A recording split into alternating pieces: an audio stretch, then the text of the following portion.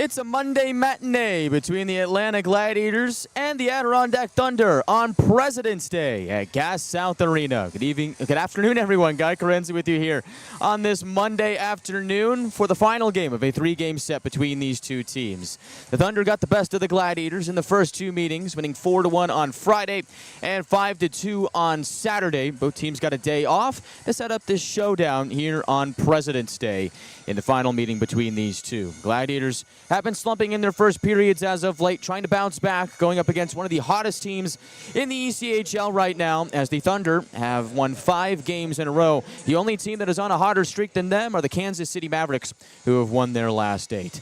Adirondack comes into this matchup with a record of 26, 13, 4, and 1 for 57 points. Second place in the North. They have won their last 5, including the last 2 against these Gladiators. As for Atlanta, they were soaring high, winners of their last 3 entering this matchup, but they have fallen in the first 2 games to drop to 31, 12, and 1 on the season. 63 points has them sitting in second place in the South Division after overtime losses from the Florida Everblades on Friday and Saturday night. So the Gladiators will look to get back to their winning ways here today in their final Monday game of the season. Fans filing in here at Lawrenceville, Sewanee, Oregon, 4 miles from Gas South Arena.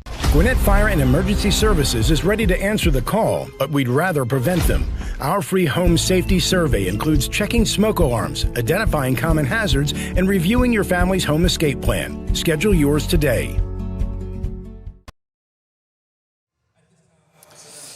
We are set for action here on President's Day from Gas South Arena as the Atlanta Gladiators host the Adirondack Thunder in a Monday matinee here in Duluth. Guy Chiarenza with you here on the Gladiators Broadcast Network, on Peachtree Sports Network, Flow Hockey, and YouTube. We've got a good one on tap. Gladiators lost the last 2 to these Thunder, looking for revenge here today as Adirondack took Friday night's matchup by the final score of 4-1 and Saturday night's game by the final score of 5-2. Gladiators looking for a little bit more here in the first period here today as they have been slumping to start. They have allowed a first period goal in each of their last 8 games and the first goal in 6 of their last 8. Let's get to the keys to the game presented by Beaver Toyota Mazda with our head coach, Matt Ginn.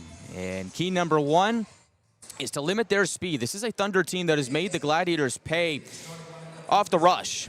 Adirondack very good in transition. If you give them a chance to take the puck away and convert on it, they will. And we found that out in the first 2 games of the series. Second key is emotion and energy, and I think this one goes both ways. For the Gladiators, play with emotion and energy yourself. The Gladiators a bit lackluster to start games as of late. And second, keep your emotions in check. This is a Thunder team that will look to knock the Gladiators off their groove. We've seen it throughout the course of the two games so far as players like Jacob Graves will get under the Gladiators' skin.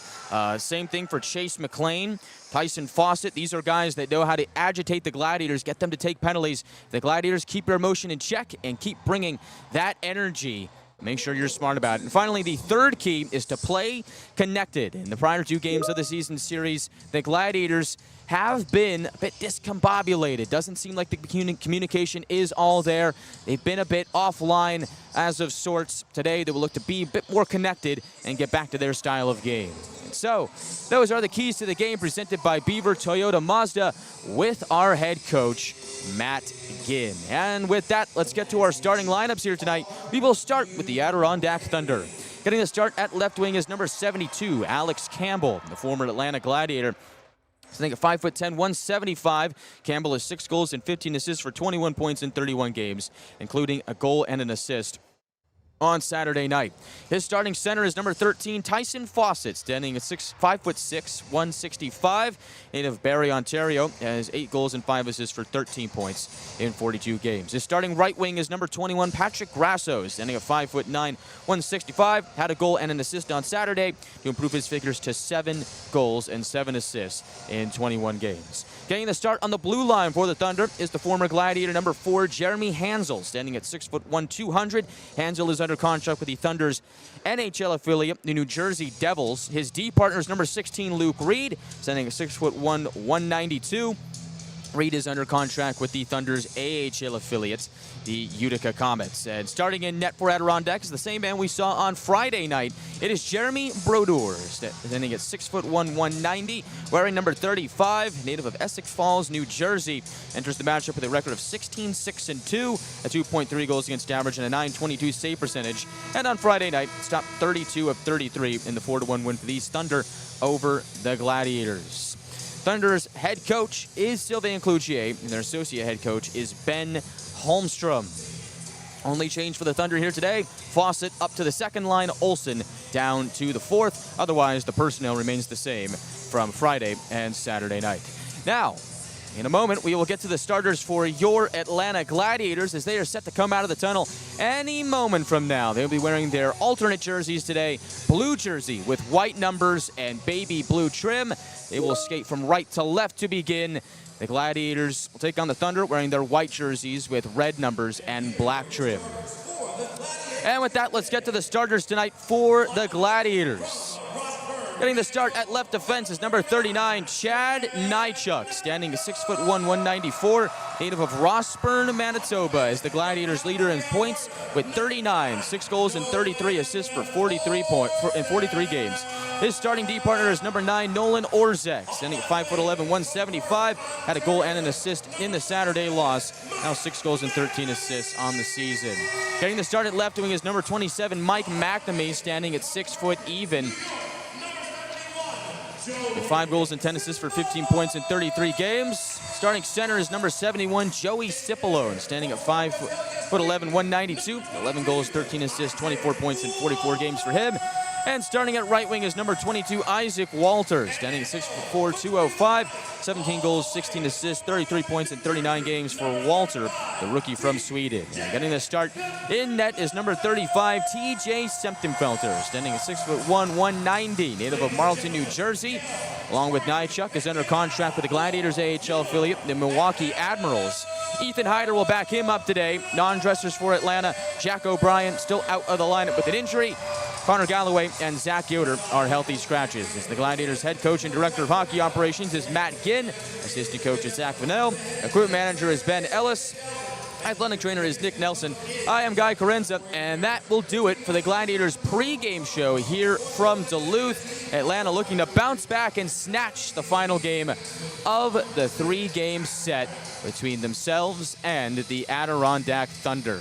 Coming up next here from Gas South Arena, it is the national anthem here in Duluth. Please rise as Cub Scout Pack 107 presents our nation's colors.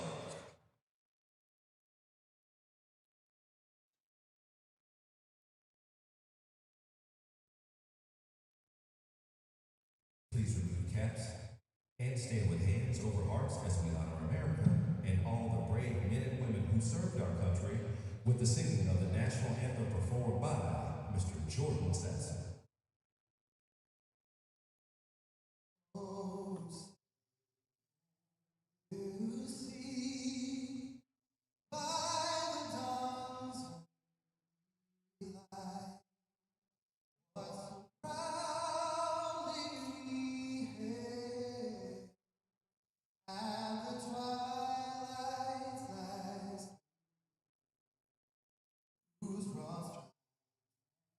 Right.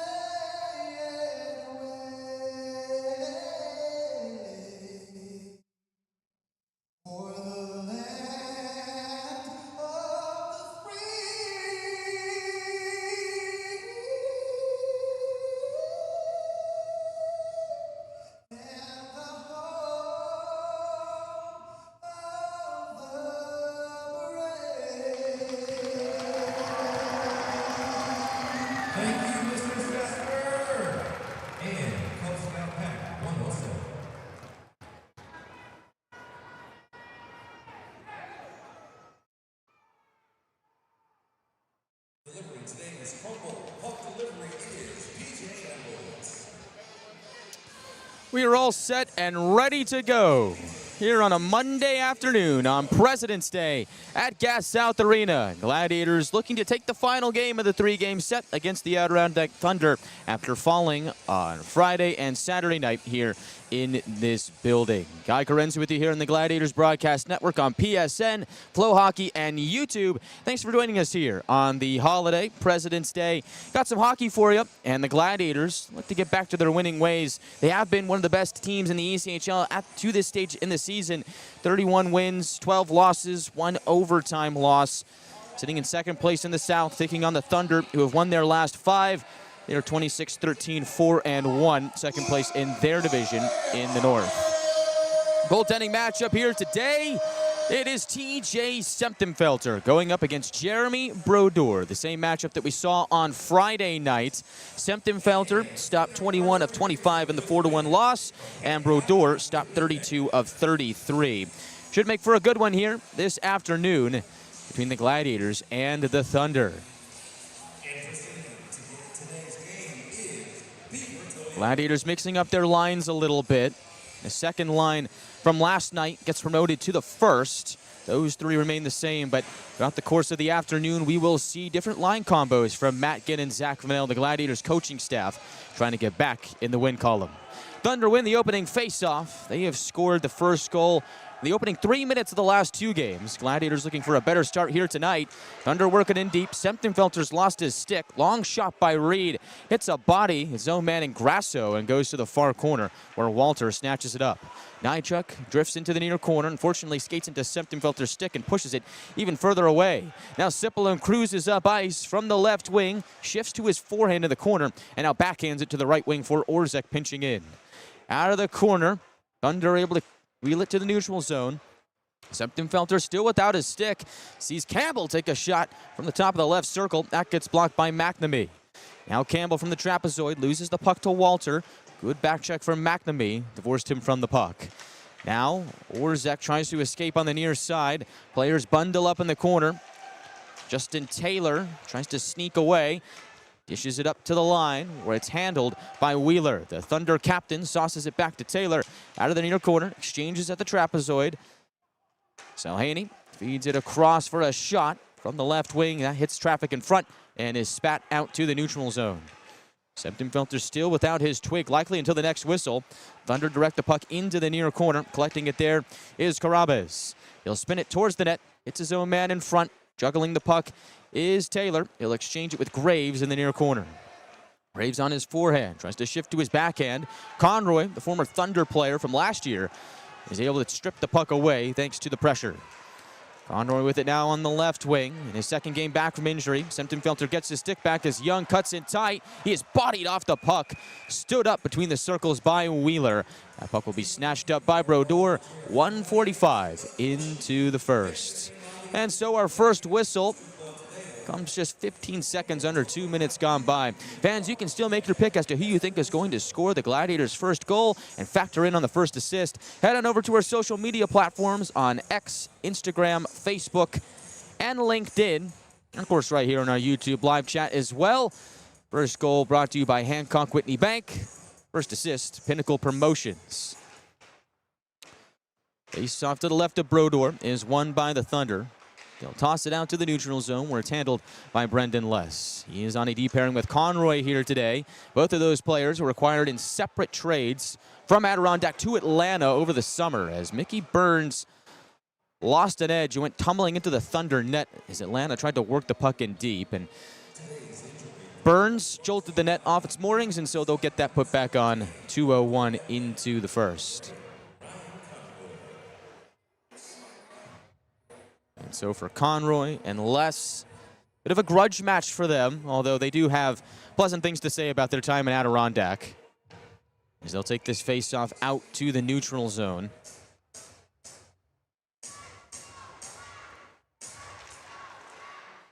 Less scored the Gladiators' lone goal in the Friday night game in the 4-1 loss, his second of the season. As the neutral zone faceoff is won by Atlanta. Denemy from the left wing softly chips it off the near wall and in From behind, Brodeur. The puck will leak out to the far side. Thunder look to carry through center, but Atlanta is able to box that up and go the other way. They'll throw it behind Brodeur. Thunder looking to volley it out to the neutral zone, and they will. Conroy has it. Move it across to the near side for Jarvis. Over the red line, puck is taken away. Subsequently gets it back off a turnover from Helliwell. The Adirondack defenseman gets it back and slings it up ice for McManus. Had 4 points in the Friday win for the Thunder. Factored in on every single goal. Has 2 goals and 3 assists in the 2 games in the season series. Jarvis from the right wing gains the red line. He'll push it to the left wing where it's collected by Reed. Off the wall, looks for some help. Leopold putting on some pressure, but it's not enough as the Thunder streak out the center. Reed from the left wing, drags over the Gladiator line and shoots. Glove save made by Septemfelter, and he is bumped a bit by Jeremy Hansel, who is flying towards the net looking for a rebound. No rough stuff, though. We've seen a lot of that in the first 2 games, but for now, no pleasantry exchanged. Both teams will get a line change in 3:10 into the first. And already this is an improvement for the Gladiators, as in the first 2 games, they'd allowed a goal. First on Friday, 2:19 into the game, and then on Saturday, 2:16 into the game. Still scoreless here to start. Both teams with 1 shot on goal. McNamee from the left wing looking upwards, goes across to Cipolone. He'll shoot, kick save by the right pad of Brodeur. Cipolone 2 assists in the Saturday night loss. Has the puck in the far corner. Loses an edge. Puck is taken away by Graves, and the Thunder will exit to neutral ice. They'll lift it into the near corner. Puck will go behind Septemfelter where it's gathered by Orzek. He'll deal to Walter, quickly to the inside for Cipolone. He'll skate over center circle, feed it left wing for McNamee, and take it back in the trapezoid. He's squashed along the end wall. Thunder rub the puck away. They'll quickly pitch it to the inside, and down the middle goes Fawcett. Forced to the outside by Conroy in the near wing. He'll go behind his own net and cruise through center. Conroy with speed, knifes across for Francis. One-time shot, and his stick breaks, and the Thunder go up ice. Potential odd man rush here as Campbell leaves it, looking for Helliwell. Sylvester gets in front of it. They battle along the boards, and Campbell's got it back. Sylvester pressing as the puck leaks to the line. They'll feed it to the left wing where it's gathered by Young, and he will just shuttle the puck down the length of the ice in a hurry, and what will be an icing on the Gladiators. Good chance for Joey Cipolone early. Mike McNamee setting up the feed from the left wing to the inside. Cipolone denied by Brodeur. And for Mike McNamee, he's the only player on the Gladiators roster who carries a point streak 3 games or longer. 1 goal and 2 assists in his last 3. Picked up an assist in the Saturday night loss to the Thunder. Face-off to the right of Septemfelter. Young will take the face-off. Puck will be swept to the wall where it's gathered by Carabez. He'll go around the net on his backhand from the right circle. Takes a shot. That goes through the slot and out the other side. Reed from the left wing. Converged in on by Francis. Stealing the puck away is Young.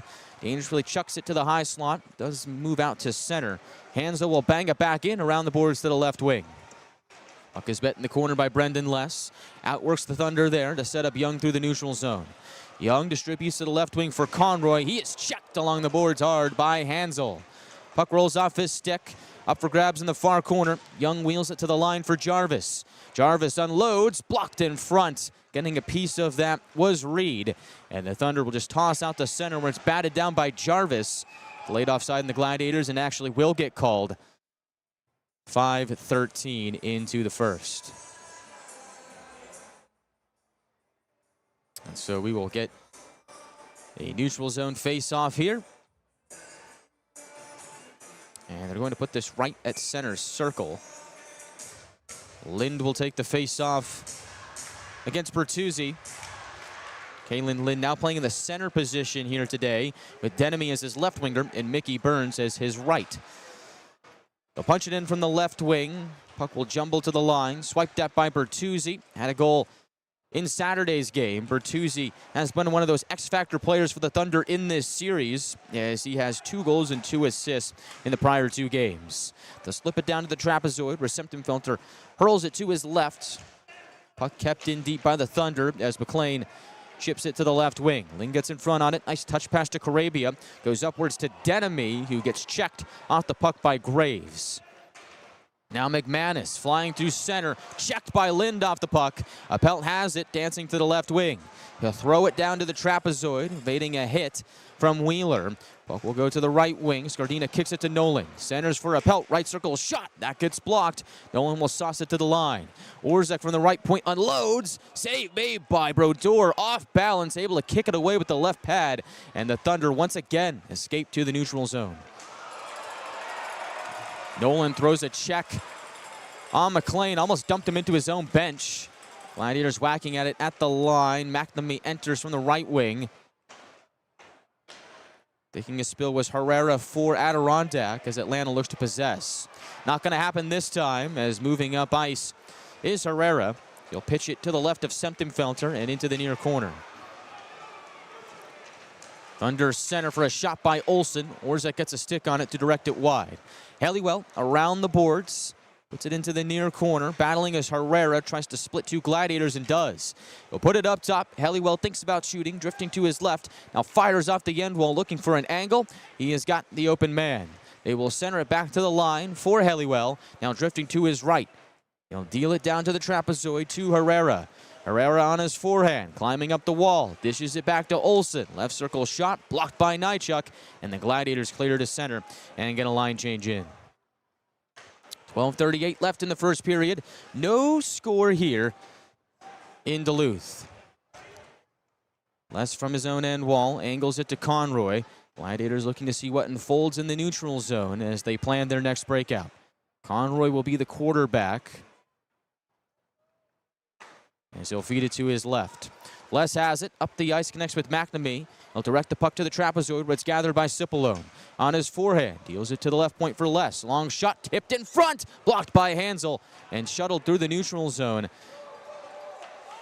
Semptimphelter comes out to play it, seeing that Grasso is going to beat out the icing. Played offside on the Thunder, as Les will control in his own end of the ice. He is quickly converged in on, able to escape the heat. Pass to Walter on the inside, goes away from him. He'll catch up to it on the near wing and dish it into Thunder ice.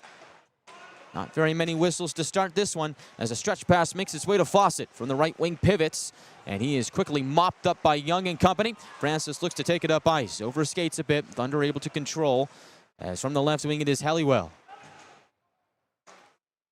Now Graves, the former Gladiator captain, from the right wing, pitches it on goal. Save made Semptimphelter. Rebound was available. Carabia is able to sweep it away, and now the puck is turned over on the near wing. It'll bounce to the line as a couple of Gladiators got sticks on it, and the Thunder will just knock it in and get a change in on the back end.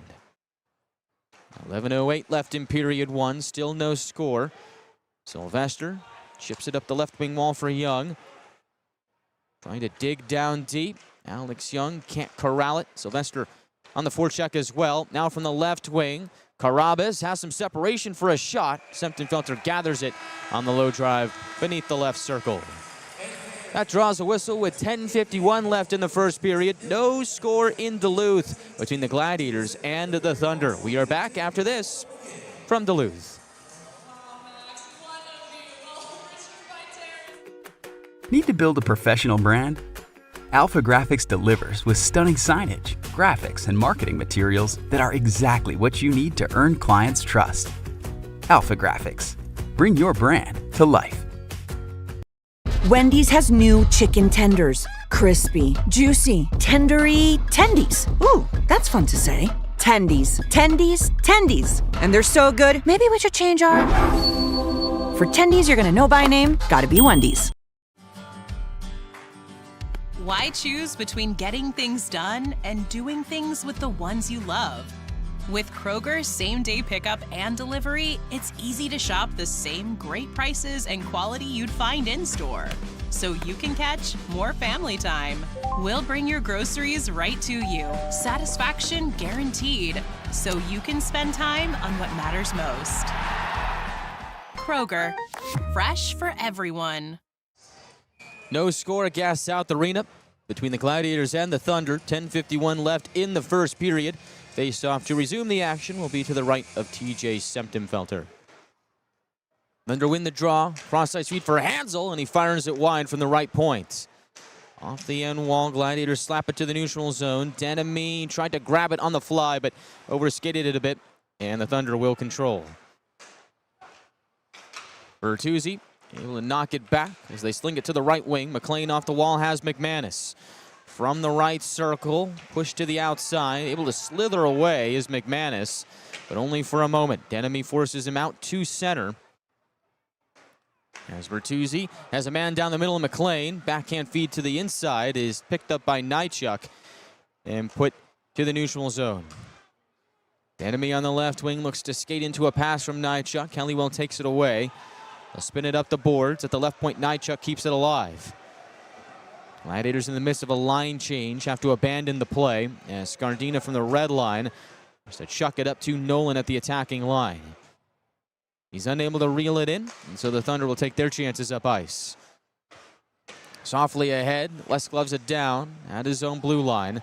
It'll be handled by Olsen, drifting to his left over the red line, and now Gladiator blue. Olsen from the left wing pulls up and centers. Puck ping-pongs for a backhand chance by Herrera. That's blocked by Conroy. He'll skate it out to neutral ice.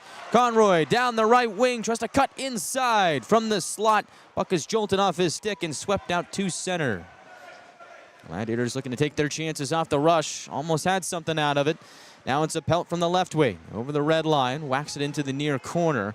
No icing. Scardina throws a check on the forecheck. Thunder are able to escape out to the neutral zone. As banging it in from the right wing is Graves. Sentrenfelter will slow it down.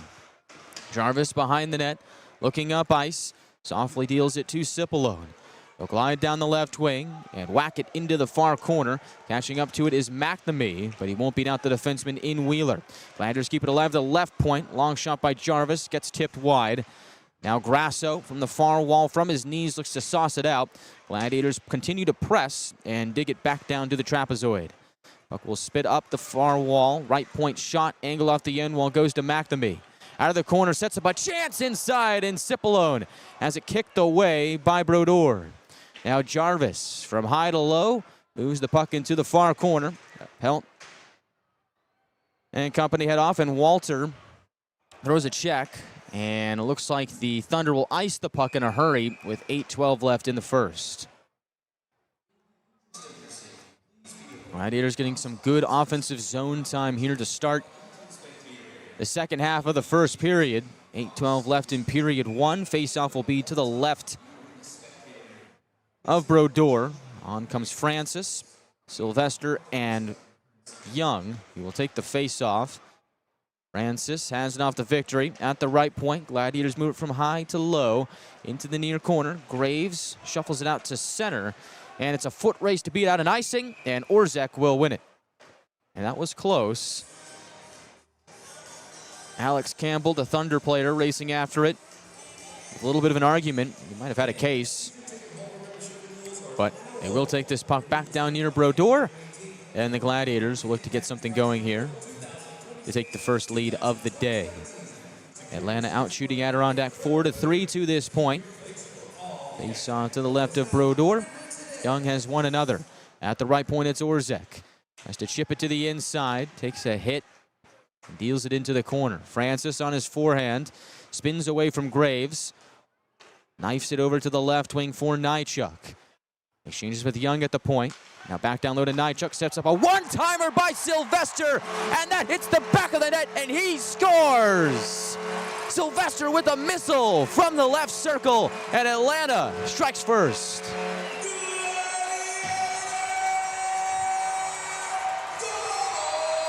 That play developed lightning fast. Nychuk able to scurry away from the pressure. They move it from low to high and high to low, and then to Sylvester at the left circle with a bomb to sneak it by Brodeur.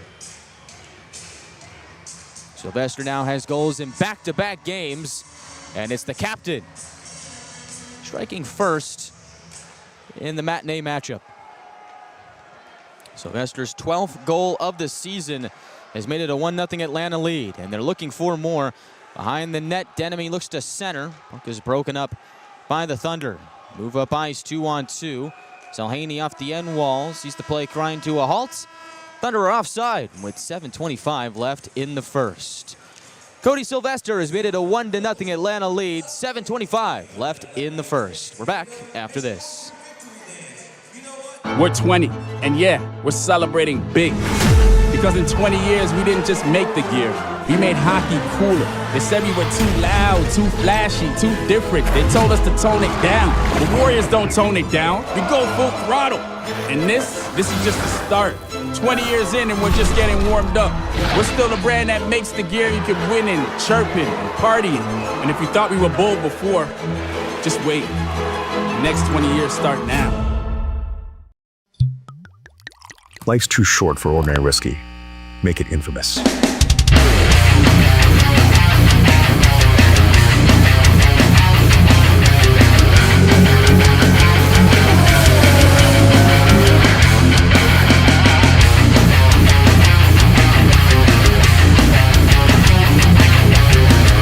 Now available at Mega Package Store, 2820 Lawrenceville, Sewanee, Oregon, 4 miles from Gas South Arena.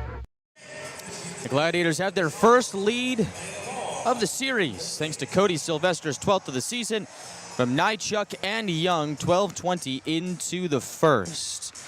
Cody Sylvester has done that a time or two in his career, as that is his 169th career goal in the ECHL.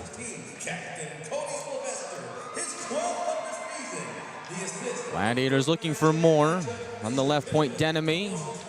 Caught in a bind, tries to sauce it to the slot, but the Thunder are able to get in front of it. Now Hansel angles it off the near corner to Semptimfelter. Pressure being applied by Carabas. Dances in tight and pushes a pass wide of the net.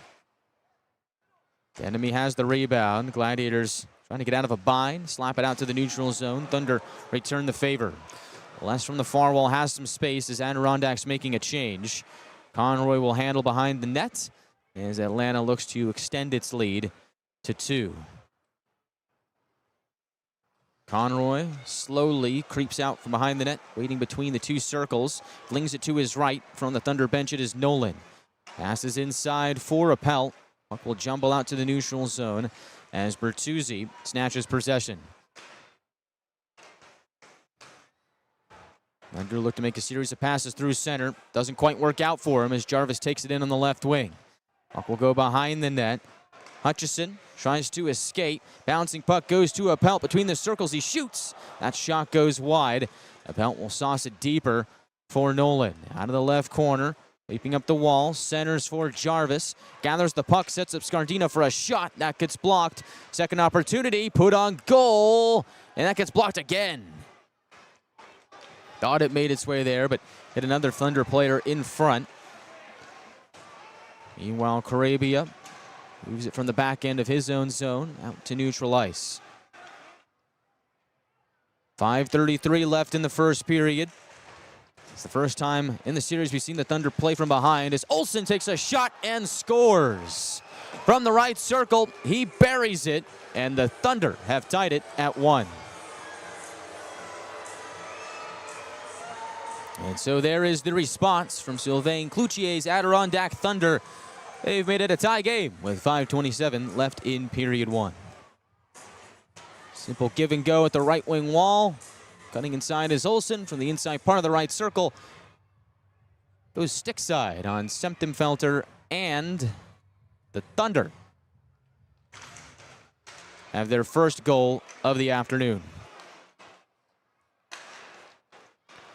McNamee wires it into the glove of Brodeur from neutral ice. He will freeze with 5:18 to go in period 1.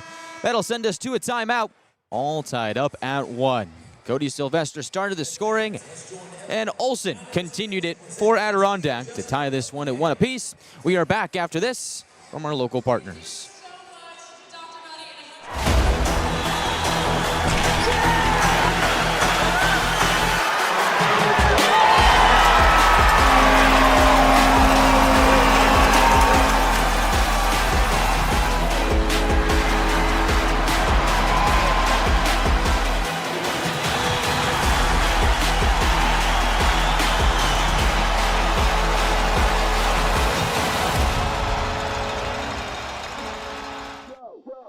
It's game day and Bucky's ready for action. From the moment he pulls up, it's all smiles, high fives, and Beaver Toyota pride. A quick stop for snacks and he's game ready. The energy in the arena starts to build because when Beaver Toyota and the Gladiators team up, the fun and excitement never stop.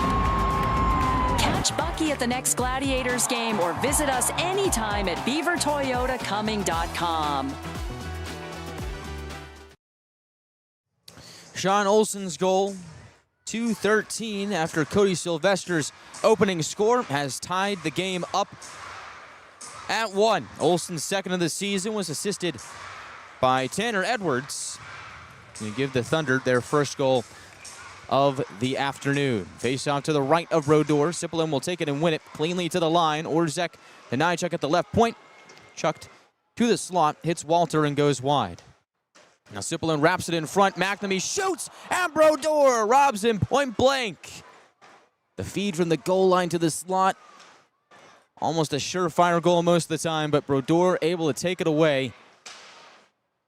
McNamee from the far corner moves to his forehand and plugs it to the line. Orzek creeping in, feeds it inside to McNamee. He'll turn and shoot, save by Brodeur, and the backhand shot by Walter on the rebound, pushed wide.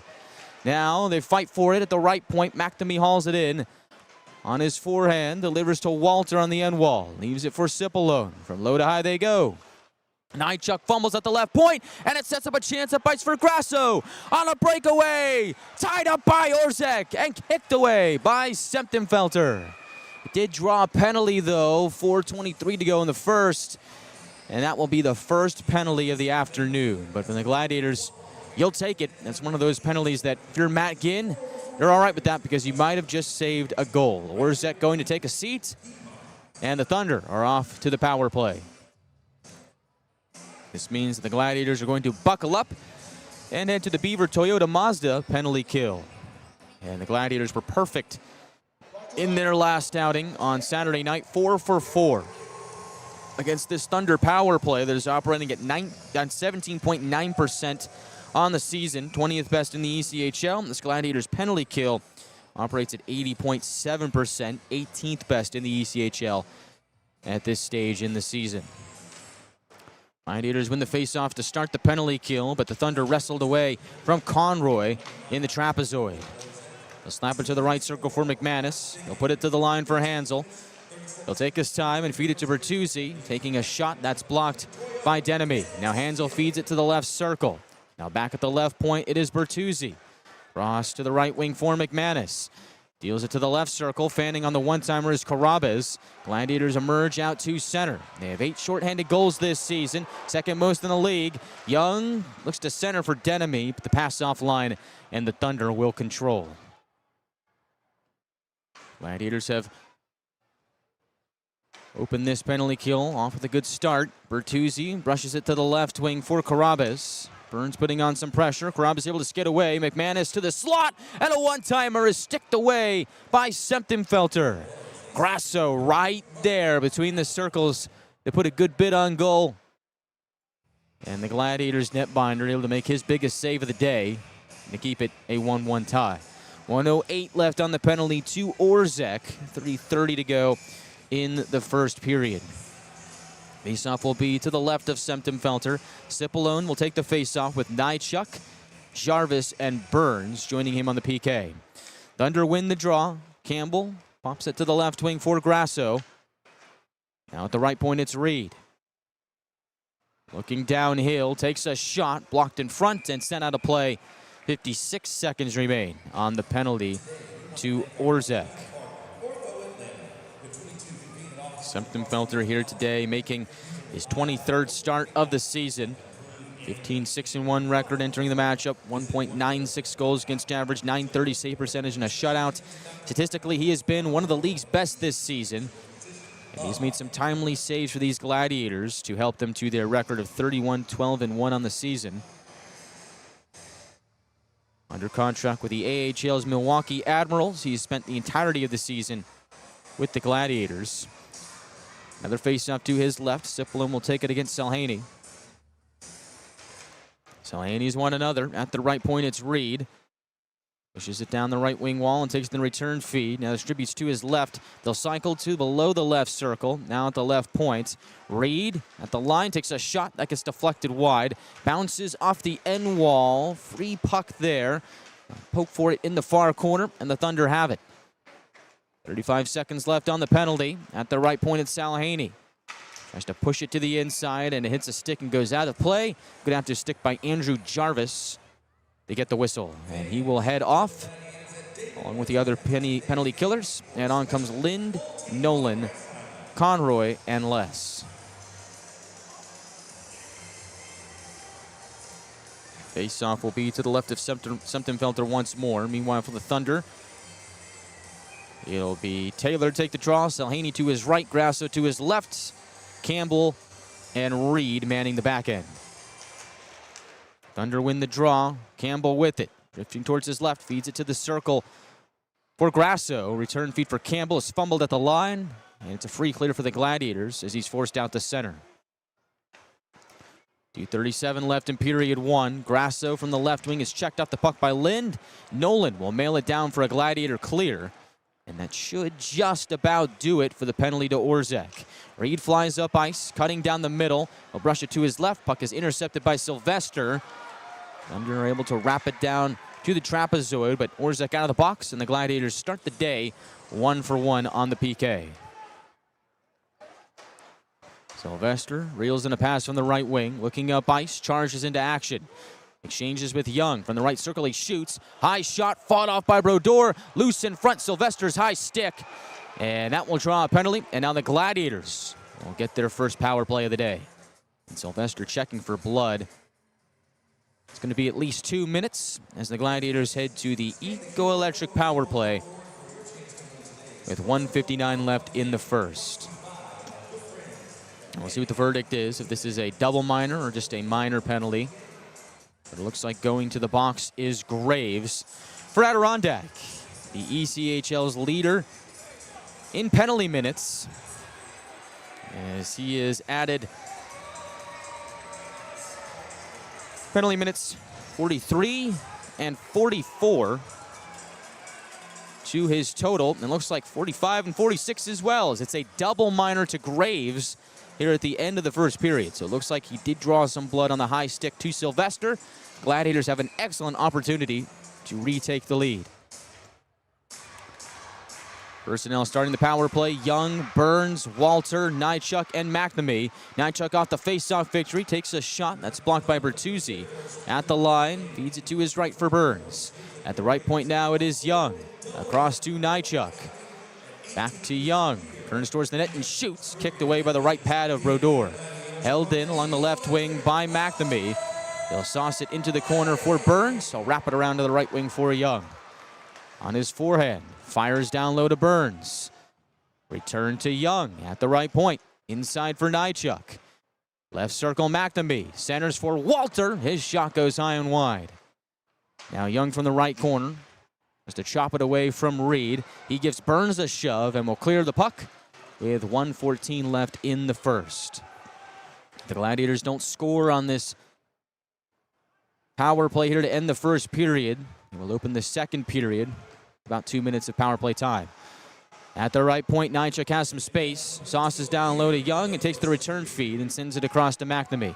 From the left wing, goes across for a shot. Turned away by Brodeur on the chance from Young.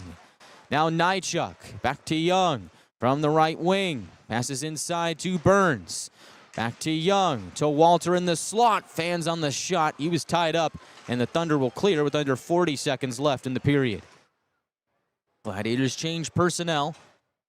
Orzek looking up ice. Gladiators power play this season operating at 21.3%, sixth best in the ECHL. Hansel gets a stick on it as the Gladiators come crashing in. Orzek from the left wing with 20 seconds to go. Handles into the corner and puts it up top to Francis. He'll feed it to his right for Sylvester. At the goal line, Lind back to Sylvester. Francis unloads from the line. That shot gets blocked and is cleared by Bertuzzi with 7 seconds to go.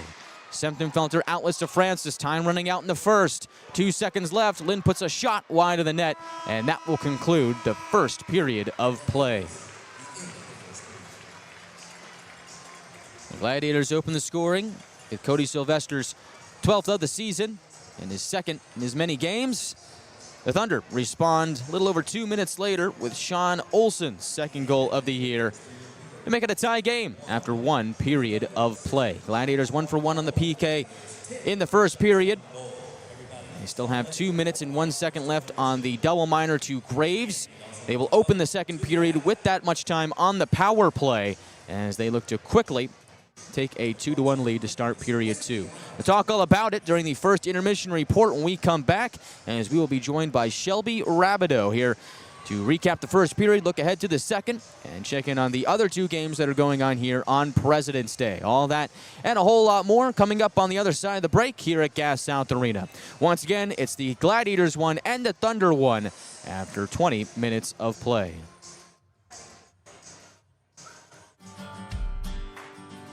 Why choose between getting things done and doing things with the ones you love?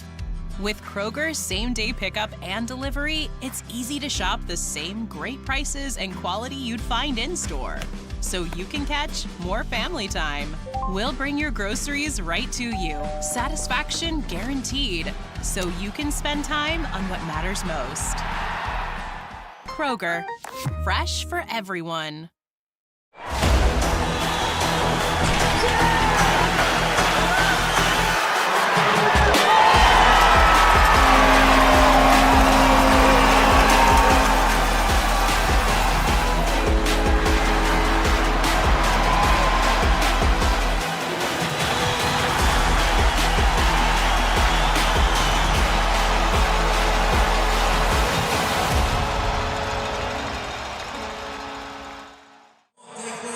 Welcome back to Gas South Arena. Shelby Rabideau here with Guy Chiarenza. We're going to be breaking down everything that happened in that first period, but first let's check in with our scores. We have a tie game here. Gladiators 1, Adirondack Thunder 1. The Gladiators have 10 shots on goal and the Thunder have 6. So Guy, this was a way different start to the game than what we've seen in these two games against the Thunder. So you had both those losses on Friday and Saturday. The Gladiators are here looking for a win tonight. So what can you tell me about this first period? The Gladiators, it was a much better start. And for Matt Ginn, he's going to like it, what he saw of his crew, but I think he's not going to love it because the Gladiators do get the first goal of the game, something that they hadn't done in their last 4 games. They take the lead off the goal from Cody Sylvester, but then a little over 2 minutes later, it's a tie game, thanks to the goal from Sean Olsen. So I think for Matt Ginn, the start was a lot better from what we've seen over the last few weeks or so from the Gladiators. But the response and the shifts afterwards, I don't think that's quite what he was looking for, but it is a trend in the right direction for the Gladiators after a tied first period here. Yeah, I'm pretty sure it's been Gladiator 0 for the past few games here. I feel like I'm always asking you who you think's going to score first. But can you talk about those goals for me? Yeah, for the Gladiators, that first goal was just a really just lightning quick play. Just bang, bang along the left wing. And it really all starts thanks to the hard work from Chad Nychuk. Does an excellent job of escaping the pressure along the near boards. He's able to slink his way into the corner. And what he does is he works the puck up high, takes the return feed from down low, locates Sylvester at the left circle, and it's just a missile of a shot from the captain.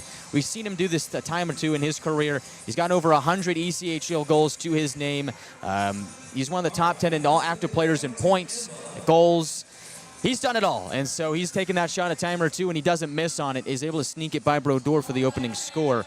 And then in the goal from Olsen, it's just a chip play along the near side wall. Thunder enter. Edwards slows down. It's a slingshot play up the ice to find Olsen. He streaks towards the net, and in the inside part of the right circle, takes the shot, beats Semptenfelter far side for the score. And if you're the Thunder head coach, Sylvain Cloutier, that's exactly what you want to see out of your club as they end up tying the game 2-13 after Sylvester's score.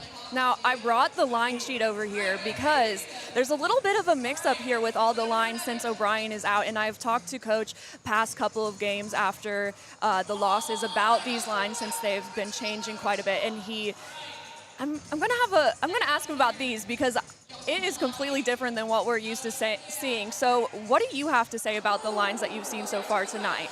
I think for Matt Ginn, I think it's a combination of two things. One, your team has not gotten off to good starts over the last few weeks.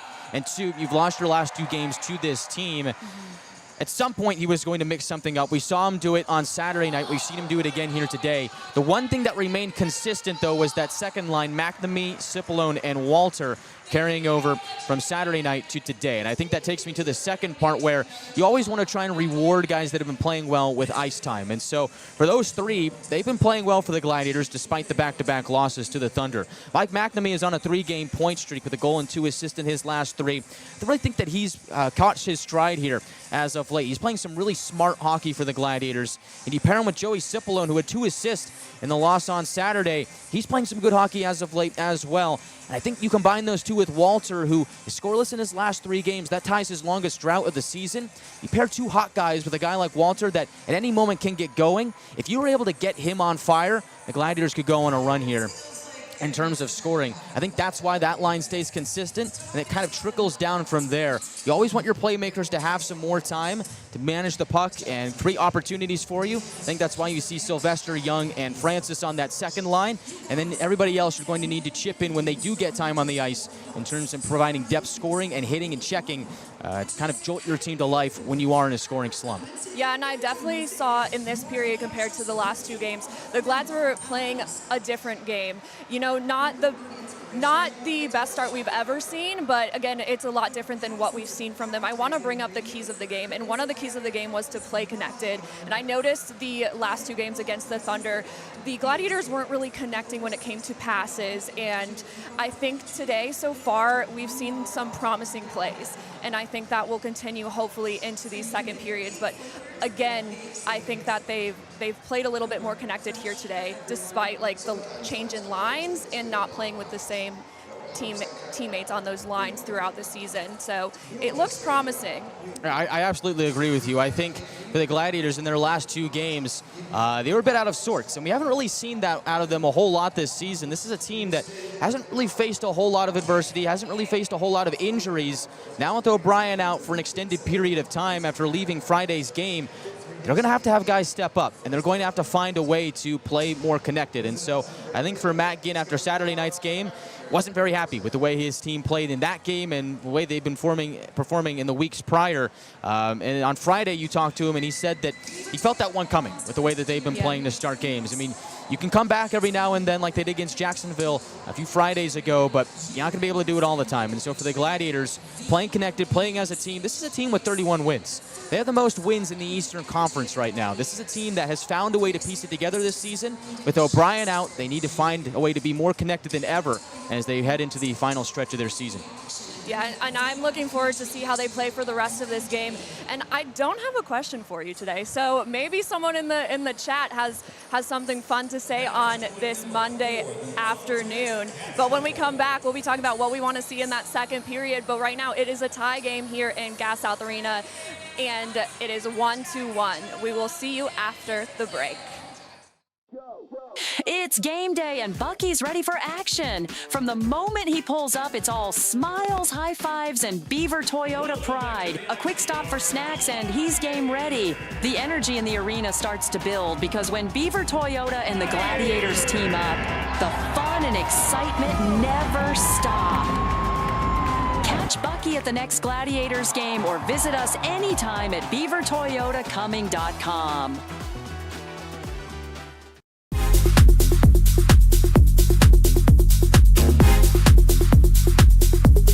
More than just cookies.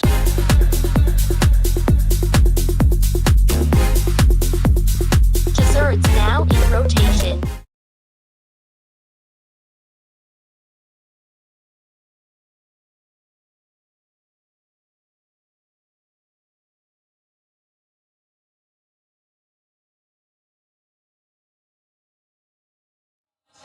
Hi everyone, welcome back to Gas South Arena. We are tied here in Duluth, 1-1 game. The Gladiators have 10 shots on goal and the Thunder have 6. And when we come back to the second period, the Gladiators will be on a power play for 2 minutes and 1 second. So Guy, what do you think's gonna happen there? I think for the Gladiators, you have an extended amount of time here to start the second period on the power play. And the good news for them is everybody's going to be well rested coming out of the intermission break. I expect the Gladiators to start with their top power play unit. And if you can win that face-off, save yourself a little bit of time, scurry into the attacking zone and set something up. I thought the Gladiators had some really good chances towards the end of the first period on the power play, which has been clicking as of late. Zach Vanel, the assistant coach, has done a great job with this power play over the last few weeks. It has ascended from being a middle-of-the-pack power play in the league to 6th best in the ECHL. They went 1 for 3 on Saturday night and 4 for 4 on the penalty kill in that game as well. Gladiators actually did win the special teams battle, despite that 5-2 loss, and really, that was what kept them hanging around in that game.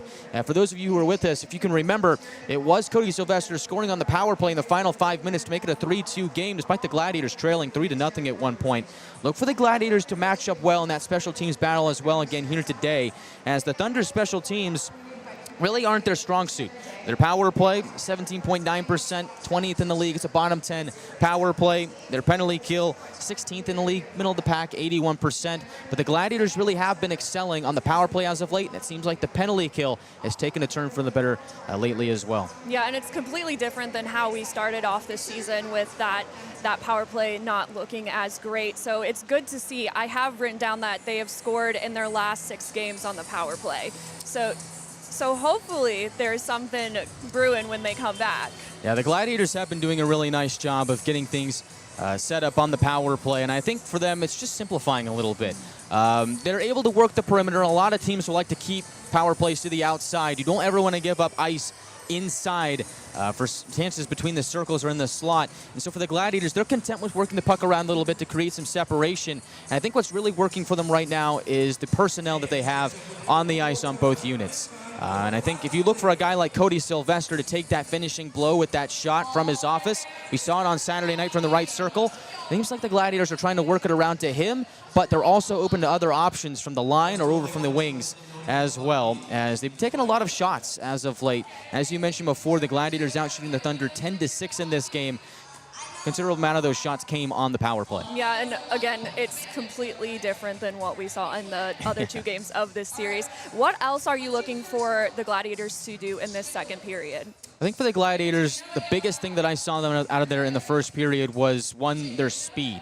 They really got back to using speed as an element to their game, whereas on Friday and Saturday, they looked a little sluggish. They looked a little slow, and they tried to get into their structure that we've seen them do so many times this season, but again, they seemed discombobulated, disconnected, out of sorts, and they weren't quite able to do it. The Thunder were able to get a bunch of goals in transition. Here today, the Gladiators are just playing a little bit smarter. They're playing faster, they're playing smarter. They look more fine-tuned here today. They really refined the smaller details of their game, and it's worked wonders for them in the first period. But make no mistake, this is a good team, the Adirondack Thunder. They are the second hottest team in the ECHL right now. The only team that's on a longer win streak than them is Kansas City, who has won 8 in a row, and they're on top of the entire league right now. So for the Gladiators, they're playing a hot team. They burnt you in the first 2 games. One thing that you can do is adapt and overcome, and that's what they were able to do in the first period. We didn't see as many chances for the Thunder there in the first period off the rush and in transition like we saw on Friday and Saturday night. The Gladiators are learning and they're getting better. Expect more of that in the second period. Now, I do have another question for you. The Gladiators are sitting at that second spot in this South Division, 1 point below the Florida Everblades. How important is this game for them to get back on top there? I think this game is huge for the Gladiators because at the end of this one, there's only going to be one more out-of-division game for them throughout the rest of the season. That will come against Greensboro on the 1st of March. And so for the Gladiators, it's important to pick up points within your own division in the head-to-head, but it's also equally as important to pick up those points out of division because those are points that you can bring in to your division pool, whereas everything else is kind of spread out. It either goes one way or the other. But if you're able to bring in points from the outside, and then you can add to your total and really boost yourself up a little bit against teams like Florida, who was playing Maine the last 2 nights. Florida able to pick up 2 loser points, so to speak, losing in a shootout in overtime. And so for the Everblades, they get 2 points out of the division and bring that into the pool. The Gladiators have a chance to do the same thing here today. Well, it looks like shortly the Gladiators will take back on the ice, but do you want to do a check-in with our chat for the day? I'd love to. Love to. We got some guys and gals in the YouTube live chat here on President's Day. Hopefully a lot of people got the day off. I know some people didn't, which that stinks. So hopefully if you're listening to us, yeah, we didn't. We're one of those. We didn't, but wouldn't have it any other way. Having some fun here on a Monday afternoon on President's Day. Looks like Justin Burke early as usual. Good to see you, buddy. Let us know if you do have the day off today. Taylo is in the chat. Stadium Arena. checking things out. Looks like Jeffrey, NHL fan, is a Nailers fan, but he's rooting for the Glads. Nailers on top. Nailers on top of the North Division, so he's rooting for a Thunder loss as Adirondack creeping up on Wheeling. Thanks to their 5-game win streak. Daffy Doo in the chat as well. J-Bug, Commodore, Malcolm, and a lot of other new characters to the cast. Good to see everybody here on a Monday afternoon here on President's Day. Looks like Taylor doesn't have the day off, but still tuning in. Now that's dedication. That's what I like to see. Yes. You get the seal of approval from me. Exactly what the fans want to see. J-Bug doing grad school work, but also tuning in. That's really the way to do it. That's what I used to do when I was in college. I used to turn on a radio feed, work on some homework and stuff.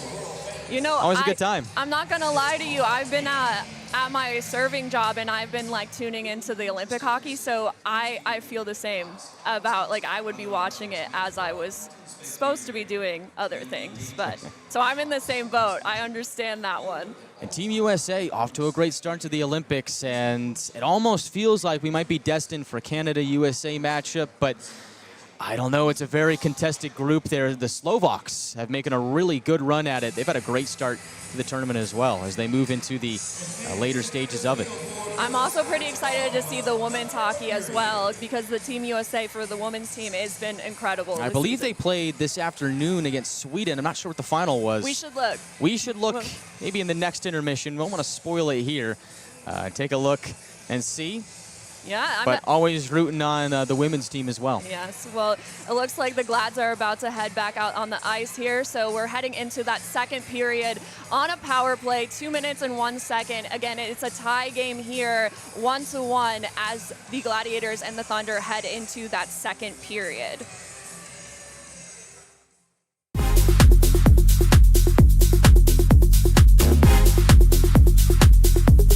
More than just cookies.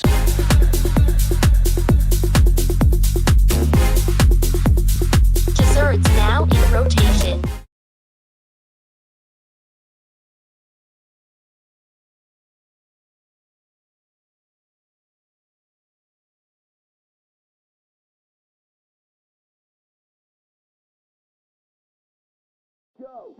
It's game day and Bucky's ready for action. From the moment he pulls up, it's all smiles, high fives, and Beaver Toyota pride. A quick stop for snacks and he's game ready. The energy in the arena starts to build because when Beaver Toyota and the Gladiators team up, the fun and excitement never stop.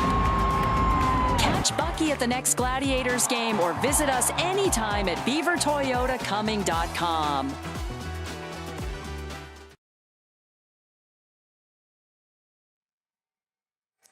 Gladiators set for the power play to start the second period. Adirondack and Atlanta all tied up after 1 period of play. Guy Chiarenza with you here on the Gladiators Broadcast Network on Peachtree Sports Network, Flow Hockey, and YouTube. Gladiators struck first. Cody Sylvester had his 12th of the year, but 2 minutes and 13 seconds afterwards, the Thunder were able to get a goal from Sean Olsen to make it a 1-1 tie, and that is where we sit after 1 period of play. The Gladiators will open the second period at 2 minutes and 1 second of power play time after Jacob Graves took a double minor penalty at the end of the first period. High-sticking Cody Sylvester, he will start the second period in the box as Atlanta is on the Eco-Electric power play. We're 1 for 3 on Saturday night. Looking to get some more out of it here today, as this Gladiators power play has scored in 11 out of 41 opportunities over their last 12 games. That's 26.8%. And the Gladiators have scored power play goals in 5 out of their last 6. It's been red hot, and we'll see if Atlanta can take the lead off of it to start period 2. Puck is down. Opening faceoff won by the Gladiators. Walter cuts down the middle and takes a shot. That's blockered away by Brodeur. Rebound goes to the near wall. Young centers quickly to the line. They distribute to Nychuk. Down to left wing, it is McNamee. Pass across, glances off the stick of Burns into the near corner. Returns it to McNamee, who puts it up top to Nychuk. Drifted across to Young. Now on the near corner it is Burns. Back to Young at the right point. Inside for Nychuk. Drifting towards his right has Young. Return to Nychuk at the point. Long shot gobbled up by Brodeur. 37 seconds into the second period.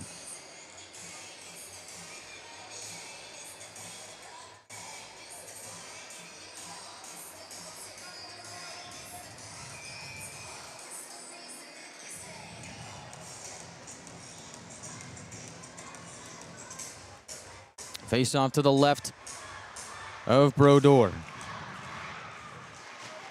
Thunder win that face off. They'll heave it down to Semptimphelter on a clear. 1:17 left on the penalty to Graves. Nychuk looking up ice. Feathers it to his left for Burns. On the run. Wraps it around the boards behind Brodeur into the near corner.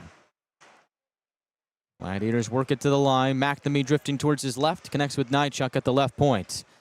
Return to McNamee, further down the left wing wall. Thunder able to chip it away from him and get another clear. Nychuk stationed behind Hyder, or make that Semptimphelter, I beg your pardon. Stationed behind Semptimphelter, creeps out to the neutral zone. Feeds it to his left for Lind. From the left corner, overskates a bit. Bertuzzi gets in front of it, and it's another clear. 30 seconds left on the power play. Francis over the red line. Gains Thunder territory from the right wing. Drops it to the right point for Orzek. Luckily work it down low and over to the left corner. Zip below into the line for Francis. Cross ice to Orzek. From the outside, they continue to pass across. Francis to the right circle for Sylvester. Drifting towards his left, he turns and shoots. That goes wide, and Graves is out of the box. Now Sylvester bangs a shot on goal on a cross-ice feed, and Brodeur is able to stop it. Now Orzek to the left circle for less. Fought off by Brodeur.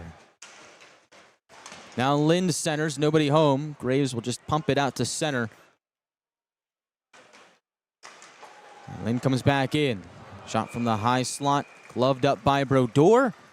17:37 left in the second period. For those of you who are listening in the arena or maybe at home and have no plans for the rest of the afternoon, you can join the Gladiators at Dave & Buster's after the game. Full team signing events. Hang out with the Glads at D&B. I'm actually going to be there as well, so looking forward to a good time. Come join us after the game. I believe that'll start about an hour afterwards. Face off to the left of Brodeur. Scardina will take the face off. Nolan to his left, Dedemy to his right. Going up against Justin Taylor. Wins the face off. Conroy takes a long shot, and Brodeur is able to snag it. And we get another whistle with 2:27 gone by in the second. I believe the Gladiators will be at Dave & Buster's for a few hours. Face off to the left of Brodeur. Scardinas won another. Denemy pinned up against the wall. Looking for some reinforcements. Turns to his forehand as they look to shovel it to the line. Conroy walks it and shoots into traffic. Denemy has the rebound. Puck loose in front of Brodeur. Denemy with it again. Stashes it into the left corner. Tries to take a swipe at it. Thunder able to jostle out to center. Pass to the left wing. Away from the intended target. Conroy will dish it into Thunder ice as we approach 3 minutes gone by in the second. Helliwell to the right wing. Swats it into the near corner. Gladiators get a stick on him, and Thunder won a penalty, but they're not going to get it. Now Scardina skates over center circle. From the right wing, cuts inside, and Salhaney able to knock him off balance just enough as the puck rolls in on Brodeur. He'll freeze it with 16:43 left in the second. And the Thunder not happy at all. They thought there should have been a penalty for high sticking, and there wasn't. And you almost have to think that the Gladiators might have gotten away with one there. The whole bench was up in arms, shouting at our three-man officiating crew here today. One referee, two linesmen. Referee is Elliot Grauer, wearing number 59. Linesmen are Ken Radolinski, wearing number 64, and Noah Ackerman, wearing number 62. Face off on the near circle of the Thunder zone. Cipollone will take this against Fawcett. Wheeler dishes it back to Graves behind the net off the face-off victory.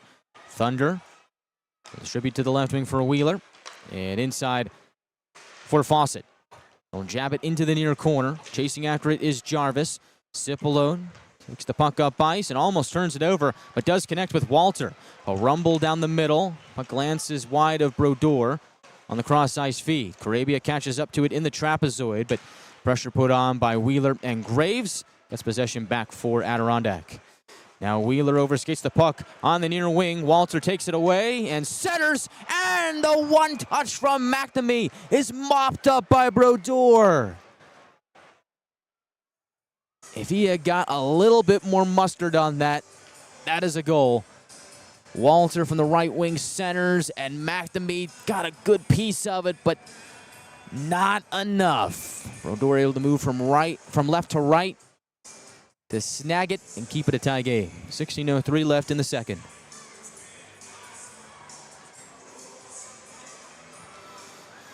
Face-off on the near circle. Bertuzzi will take the face-off against Young.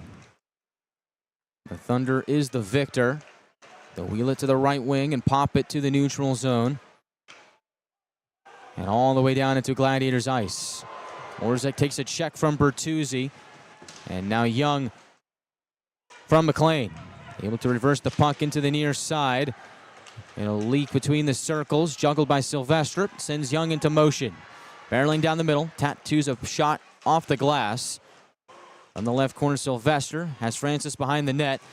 Able to spin out of coverage from Hansel. Exchanges with Nyachuk at the goal line. He'll center for a Young. High shot turned away by Brodeur. Now Francis goes around the net on his forehand. Shadowed by Reed. Lobs it to the line and back down deep to Young. Sylvester kicks it to Francis. Out of the near corner. Puts it up top and it hits the skate of Bertuzzi and goes the length of the ice. And that chance will come to an end.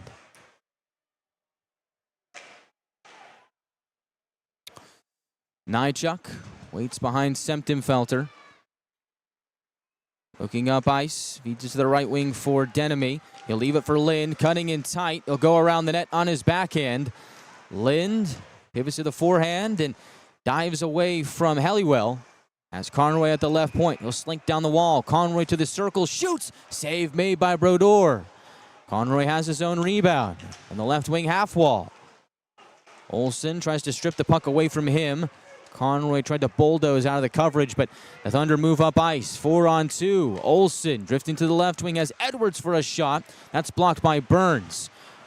Puck loose in the trapezoid. They'll put it up top. Helliwell with space. Shoots. Blocked by Denemy. Now Hutchison on the left point flings it across, and they score. From beneath the right circle, Adirondack able to punch it in. As I believe that is Herrera scoring for the Thunder to make it a 2-1 Adirondack lead. Herrera's got his first in the ECHL, and the Thunder have their first lead of the day.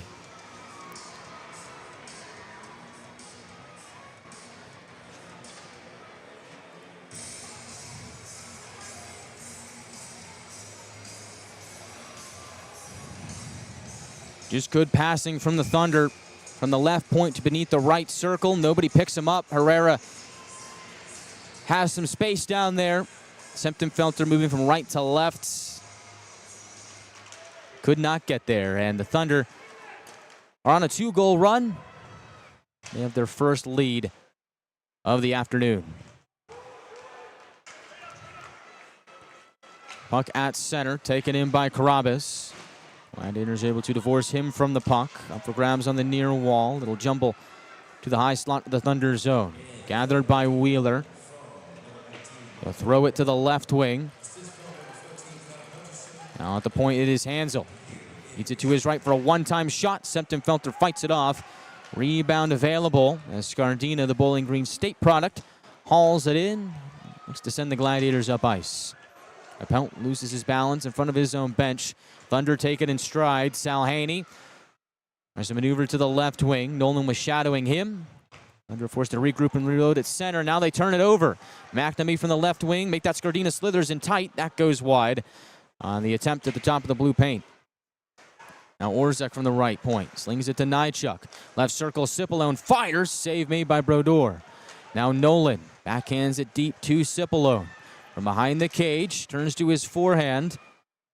Puck is rubbed off his stick by Reed, and the Thunder exit to neutral ice. Nychuk able to take it away. Cross-ice feed behind Cipollone and McNamee.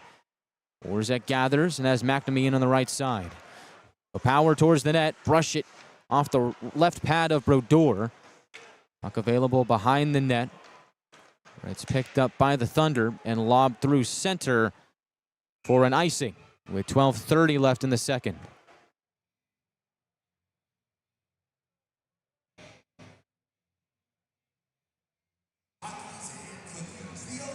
Face off to the left of Brodeur.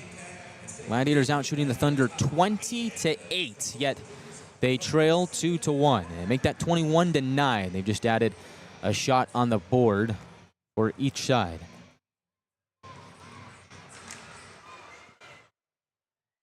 Gladiators win the offensive zone face-off. Walter checked in the near corner. Gladiators pick it to the line. Orzek sauces it from high to low. Goes onto the tape of Hansel. He'll deal it to the right wing as the Thunder dump it in. And it's another icing on Adirondack with 12:15 to go in the second period. So for the Gladiators, they're taking shots, but Jeremy Brodeur standing on his head. And the Thunder able to make the most of their opportunities. Gladiators trail by 1. Orzek from the right point. Drops it down deep for Walter. On his backhand centers. Bouncing puck goes through the slot and is handled by Hansel. He'll run down the right wing, gain the red line, and float it wide left of Semptimphelter. Now Nychuk ships it to his own attacking line. Thunder gather it in neutral ice. Hutchison has Grasso, and the Thunder, after completing a line change, look to get to work. Nychuk able to shuttle the puck to Young in the neutral zone. To the left wing for Francis. Angle off the wall. Slows down. Back to Young. Centering feed for Nychuk. His shot turned away by Brodeur. Francis keeps it in at the left point. Over to the right for Les. He'll gather and shoot. Gloves save Brodeur with 11:25 left in the second. Adirondack 2, Atlanta 1. We are back to Gas South Arena after this from our local partners. We're 20, and yeah, we're celebrating big. Because in 20 years, we didn't just make the gear. We made hockey cooler. They said we were too loud, too flashy, too different. They told us to tone it down. The Warriors don't tone it down. We go full throttle. And this is just the start. 20 years in and we're just getting warmed up. We're still the brand that makes the gear you can win in, chirping, and partying. And if you thought we were bold before, just wait. The next 20 years start now. Life's too short for ordinary whiskey. Make it infamous.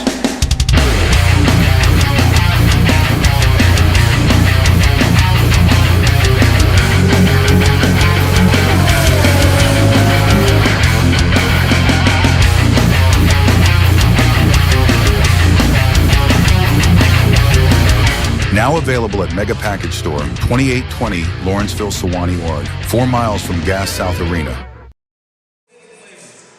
Thunder lead the Gladiators 2-1.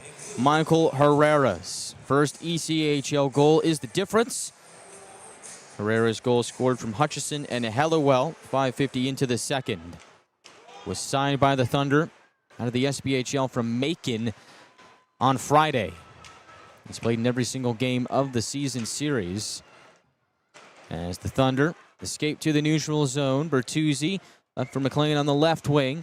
On his backhand, tries to go around the net, but is cut off by Conroy. Good check in the trapezoid. From the right wing, they spar for it. Puck will jumble out to the neutral zone. Now Hutchison factored in with the assist. 1 goal and 4 assists in his last 6 games now. He's able to jump it into the Gladiators zone from the trapezoid again. Conroy escapes the pressure from McManus. Now Francis takes it in on the right wing, scurries across the attacking line and centers for Sylvester. Bouncing puck hauled in and centered. Lind shoots. That shot goes wide. Now at the left point it is Francis. Spinning and winding it in deeper. Lind along the near wall, climbs up top. Puck is chipped away by Hutchison. Jarvis will beat him out in a foot race to it in Atlanta ice. Corabia from the red line, blasted around the boards to the left wing. Burns over skates. The enemy has it at center. Jarvis turns it over at center circle. Wheeler enters on the left wing on a pass to Edwards. Falling on his backside, gets it back in the corner. Edwards looks to exchange with Herrera. He is bottled up by Jarvis, and the Gladiators will escape. Meanwhile, behind the play, Corabia going at it with Edwards. They let him play on as Burns makes his way to the Adirondack end wall. Working with Denemy. Gladiators looking to get something going and attempt to tie the game. Thunder are able to heave it out to neutral ice, where it is handled by Nychuk.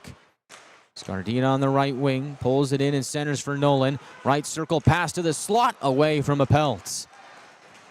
Nolan's got it back on the left wing, but juggled for a moment. Thunder able to force him out to center. Get a partial change in. Atlanta has numbers up by Scardina. Centers for Nolan. His one-timer goes over the net.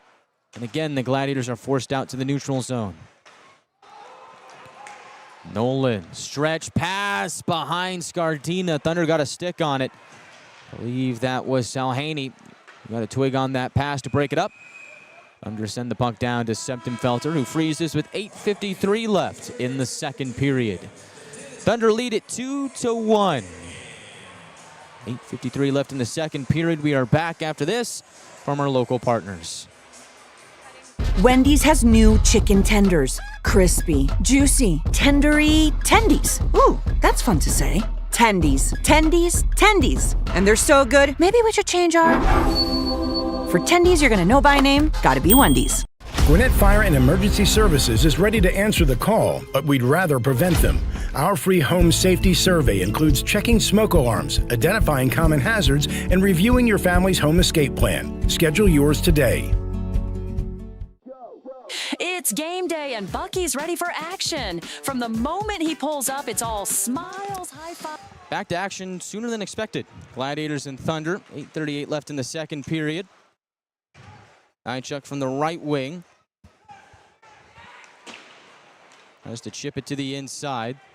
Thunder able to take it through the neutral zone as Carabas goes cross ice for a shot beneath the right circle. It is kicked away by Septemfelter. Les tries to control below his own goal line. Juggles a puck in the far corner. Cipollone is able to skate into it and knock it out to neutral ice and a little bit more. No icing is racing after it is Hutchison.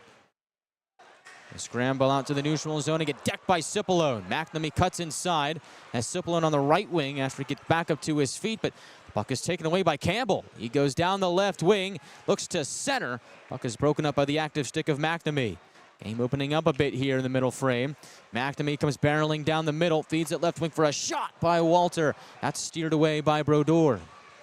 Now Walter working from the end wall is squished off the puck by Fawcett. Thunder lobbed the puck the length of the ice. That's an icing on Adirondack with 7:31 left in the second period. And play getting physical here in the second period as both teams are starting to use their speed to their advantage. And we see the transition game opening up a bit.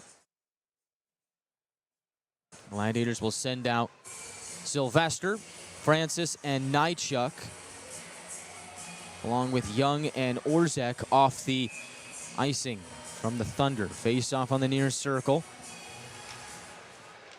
Young against Fawcett, and Fawcett will win it, wrestling it away from the former Thunder in Young. Nychuk with a takeaway in the neutral zone, dances to the left wing, moving with Francis. Francis on his forehand, stutters in the far corner. Brings it down deeper to Young and now has the return feed. At the left point, Nychuk, long shot tipped in front. Young on the rebound, couldn't stuff it in. Brodeur flares out the left pad and it stays out. Now Nychuk at the left point, rips it across to Orzek. Inside for Sylvester, now at the right point.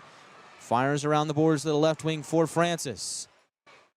Tried to drop it down deeper. Thunder got a piece of it, couldn't get out. Good keep by Young.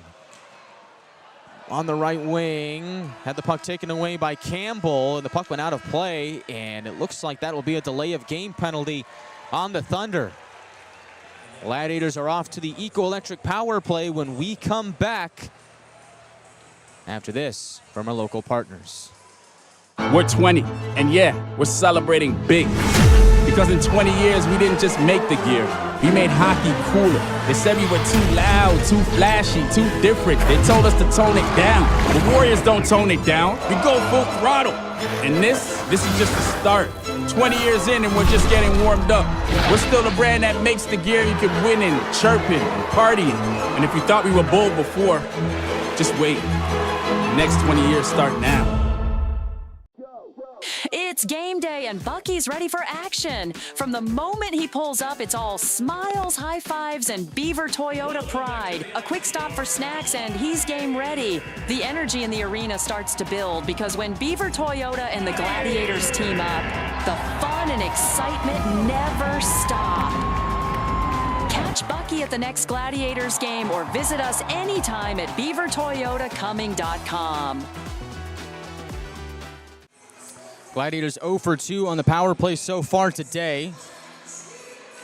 Unable to convert on the double minor to Graves at the end of the first period and start of the second. Now with Campbell in the box for delay of game. They're on their third power play attempt of the day. Nychuk walks the line, moving towards his left. Has some separation as Young lowers it to the goal line for Burns. Puck will creep towards the goal. And Brodeur will put a paw on it with 6:35 left in the second.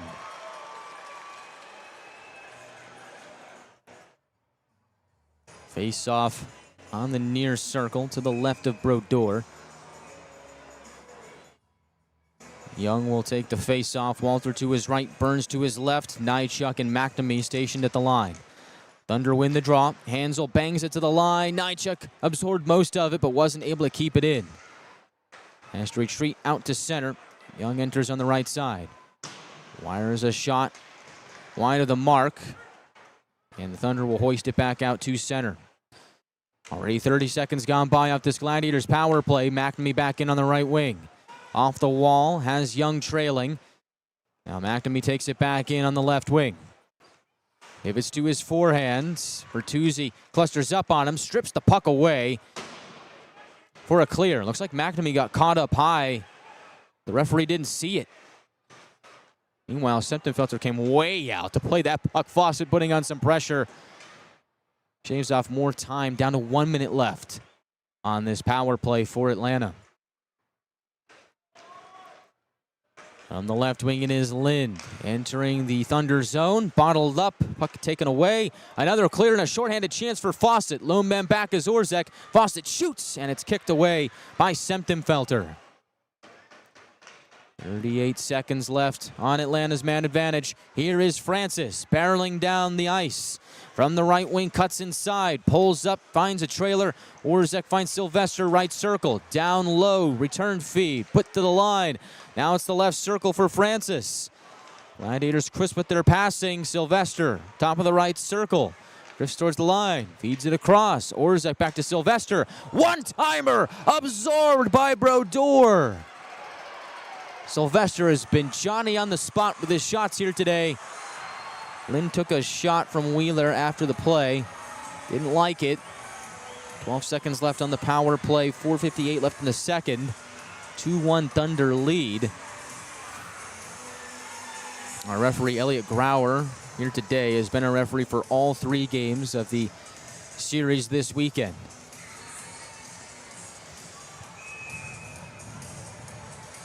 How about Jeremy Brodeur? He has had quite a game. He's faced 25 shots so far in this one. There's still 4:58 left in the second. Face off to his left. Cipollone will win it. Lind able to beat out pressure from Selaney, and he sauces it to the left point, and Francis can't keep it alive. Juggles the puck. Draped all over him is Taylor. Gladiators able to keep the puck as the Thunder are back to full strength. Down to the box is Campbell. Meanwhile, Les drifting to the right wing, exchanges with Sylvester. From the high slot, he turns and shoots. He scores! Gladiators tie the game at 2 with 4:32 to go. Might have hit something on the way. Sylvester's walking to the bench first. It appears for now he's got his second, and the captain has led the way to tie the game.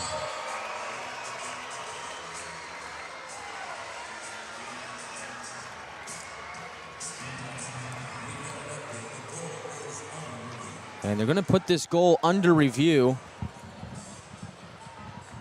I believe they're going to look and see if it was played with a high stick or perhaps goaltender interference. There was a cluster of players lined up in front of Brodeur.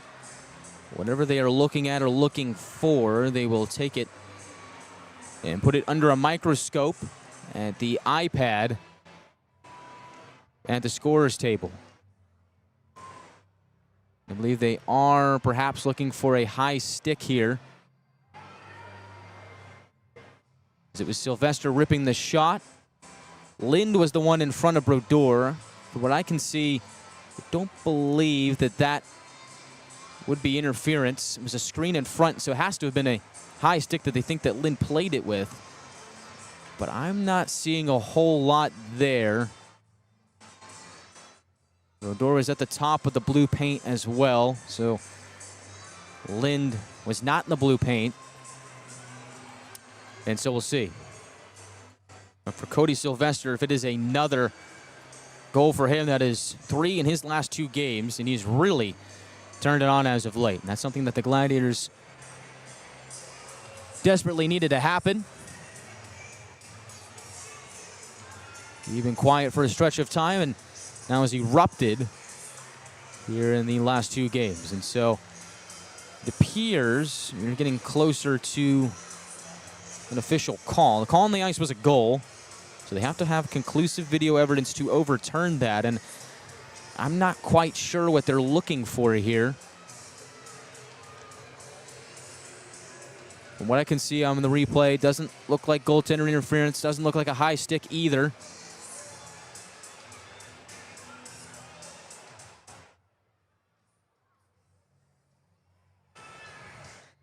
We do have a verdict. It is a good goal.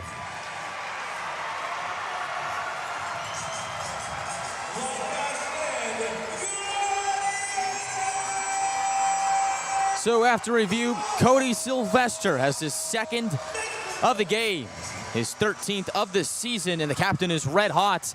And the Gladiators have tied it at 2. And we'll see if this ends up getting changed to Kalen Lind, who's doing a flyby in front of Brodeur. Don't believe he got a stick on it, but either way, Sylvester factors in, and the Gladiators have made it a brand new game. 4:25 left in the second period. Atlanta works it in deep. Les throws a check on McLean on the near boards. Will drift out to the neutral zone. And now jump out of play as Reed took a swipe at it between the benches. 4:14 left in the second. They do give the goal to Cody Sylvester. Assists go to Brendan Less and Ryan Francis. So the captain has his 2nd of the game, coming 15-27 into the second period. And Les and Francis, both former Thunder players. Teammates last season, Adirondack. Teammates this year, factor in with the assists on Sylvester's goal. Gladiators try and keep the puck in on an Adirondack clear attempt. Does come out just a teeny bit, and so on the re-entry they are offside with 4:02 left in the second. Cody Sylvester has been the money man for the Gladiators. He has got his 2nd to tie the game up at 2. 4:02 left in the second period. We are back to Gas South Arena after this from our local partners.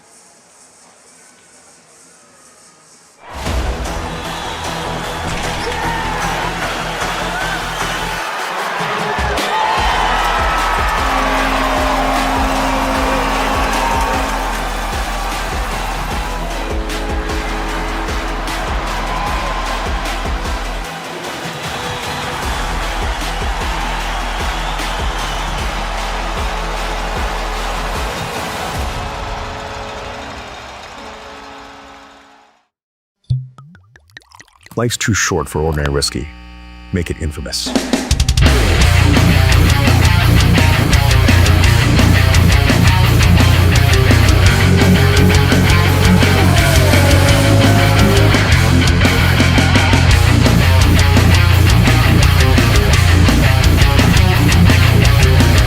Now available at Mega Package Store, 2820 Lawrenceville, Sewanee Ward, 4 miles from Gas South Arena. 2-2 your score. 4:02 left in the second period. Guy Chiarenza with you here on the Gladiators Broadcast Network, here on President's Day from Duluth, Georgia. Carabia from the neutral zone, winds it around the boards to the left wing, plays reverse back to the near side. Carabia pinching, keeps the puck below the Adirondack goal line. Now McNamee from the end wall tries to slither away from Reed. He is pinned up, no motion there along the end wall. Thunder able to strip it away and look to move up ice. Hits a skate and goes to Walter. Pivoting in the left circle, sets up Jarvis at the left point. He'll deal it down to the trapezoid for Cipollone. He touches it and tries to leave it for McNamee. Thunder read that play as the puck will go into the near corner. Atlanta continuing to press deep. McNamee from low to high for a shot by Jarvis. That long try goes into the glove of Brodeur. With 3:18 left in the second. And that is the Gladiators' 27th shot of the night. They have taken 17 shots in the second period. They have really peppered Jeremy Brodeur with shots here today. And the Adirondack netminder has been a huge difference maker in this game. The Gladiators have had some high-quality chances, especially here in the second period. Francis to the left circle for Young. Wrestling the puck away from him is Fawcett. Sends Campbell up the ice. Able to chip it away from Conroy. Able to knock it off the far wall, but Francis intercepts. 2-on-2 up ice. Young feeds it across to Conroy. From the right wing goes into the corner. Moving on his forehand. Climbs up the wall. Passes inside for Francis. Now Young at the right circle, lobs it up to Conroy. At the right point, moving towards his left, walks the line and keeps the puck in. Wrap around the boards to the end wall. Graves tries to escape Sylvester. Puck goes up the wall. Young battles for it and exchanges with Francis. Below the right circle, puts it to the line for Orzek. Creeps in and shoots. Save Brodeur. Puck is loose in front of him, and he's able to put a hand on it as chaos ensues after the whistle. Looks like Wheeler and Young fell on top of each other. Young at the bottom of the pile. 2:27 left in the second period. We'll see if we get any penalties out of this late in the period.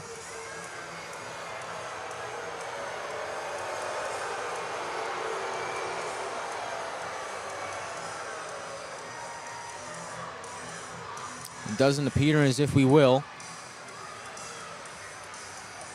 Fans not very happy with what just transpired, but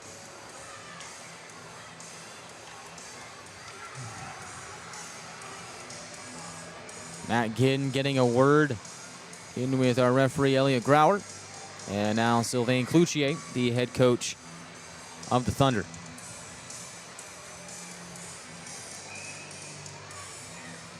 Remain 5 aside. Face off to the right of Brodeur. Taylor will take the draw against Kalen Lynn, former second-round draft pick of the Predators. He'll win the draw to Denemy, slinking his way to the end wall, exchanges with one behind the cage. He'll put it up top, looking for Orzek, and check that, didn't make its way there. Thunder able to lob it to the neutral zone, bouncing puck hauled in by Selaney. From the right wing, cast it to the left wing, looking for Taylor. Puck bounces to the inside for Carabas, who shoots. That goes wide of Semtenfelter. Now at the left point, Hutcherson takes a long try. That goes wide and is angled to Carabas. Thunder pitch it off the end wall. Selhaney connects with Helliwell at the right point. They'll slam it down deeper. Checked at the end wall was Taylor. They'll force it towards the slot. Puck will roll in on Semtenfelter. Taylor tied up by Nychuk with 1:38 left in the second period. 2-2 game. Looks like this one is going to be an exciting one heading into the third. Still plenty of time left in the second period. Face-off to resume action will be to the left of TJ Semtenfelter. McLean will take this face-off for the Thunder up against Ethan Scardina. Chase McClain had 2 assists on Saturday in Adirondack's win. He wins it to the right point. Thunder maneuver into the near corner. Reverse check from Reed, thrown on Cipollone.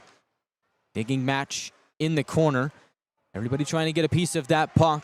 It'll leak free to Scardina. Quickly outlets to Nolan from the right wing. Fires the puck into neutral ice, where the Thunder regain possession. They turn it over on their breakout. Gladiators drop it down deeper as Appelt collided with McClain. An open ice hit as Arabia will catapult the puck back into Thunder ice. 1 minute left in the second period. McManus able to escape the forecheck put on by Scardina. They'll drop it off for Hansel, who motors through the neutral zone. Hansel drifting towards his right, leads all Thunder defensemen in points. Connects with McManus from the trapezoid, where he is divorced from the puck by Scardina. Gladiators chip it out to the neutral zone. 34 seconds left in the second period. Adirondack dumps it back in once more. Les has it in the far corner. Moving across to Carabia. Waiting behind Sempton-Felter. Down to 20 seconds left in the second period. The Florida native has Appelt in the neutral zone. Chip play off the wall. Did not catch up to it. Carabia from the neutral zone. Puts it down behind Brodeur. Clock dripping out here on the second period, and it looks like that will do it for period 2.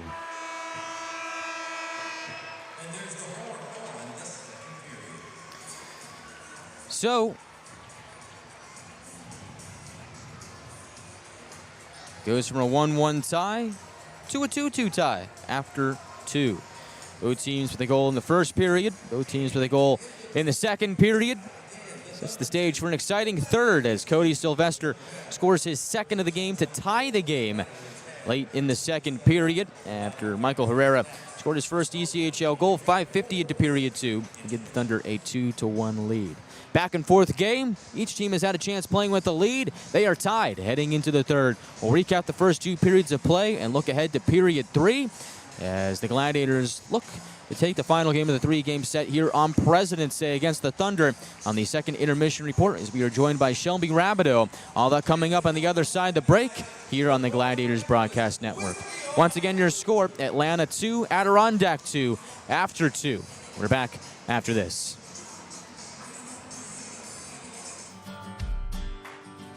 Why choose between getting things done and doing things with the ones you love? With Kroger's same-day pickup and delivery, it's easy to shop the same great prices and quality you'd find in-store, so you can catch more family time. We'll bring your groceries right to you, satisfaction guaranteed, so you can spend time on what matters most. Kroger, fresh for everyone. Life's too short for ordinary whiskey. Make it infamous.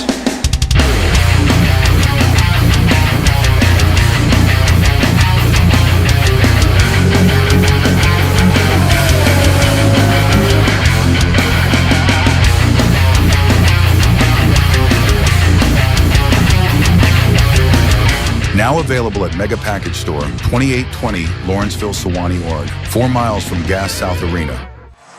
All right, everyone, welcome back to Gas South Arena. Shelby Rabideau here with Guy Chiarenza. We're going to be breaking down the first 2 periods, but first, let's check in with our scores. It's still a tie game here, but this time 2-2. The Gladiators out shooting the Adirondack Thunder 27-13. And, you know, we always talk about how the Gladiators, you know, favor quality over quantity, but it seems like today they are doing everything to get the puck to the net.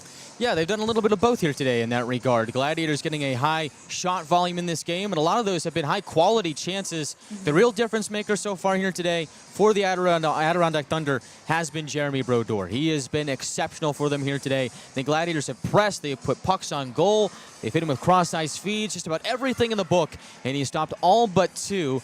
Both coming from the same player in Cody Sylvester. He's having himself a day, and the Stars have really shown out here today on President's Day. Yeah, and it looks like we're on another hat trick watch today. We are. Cody Sylvester on hat trick watch.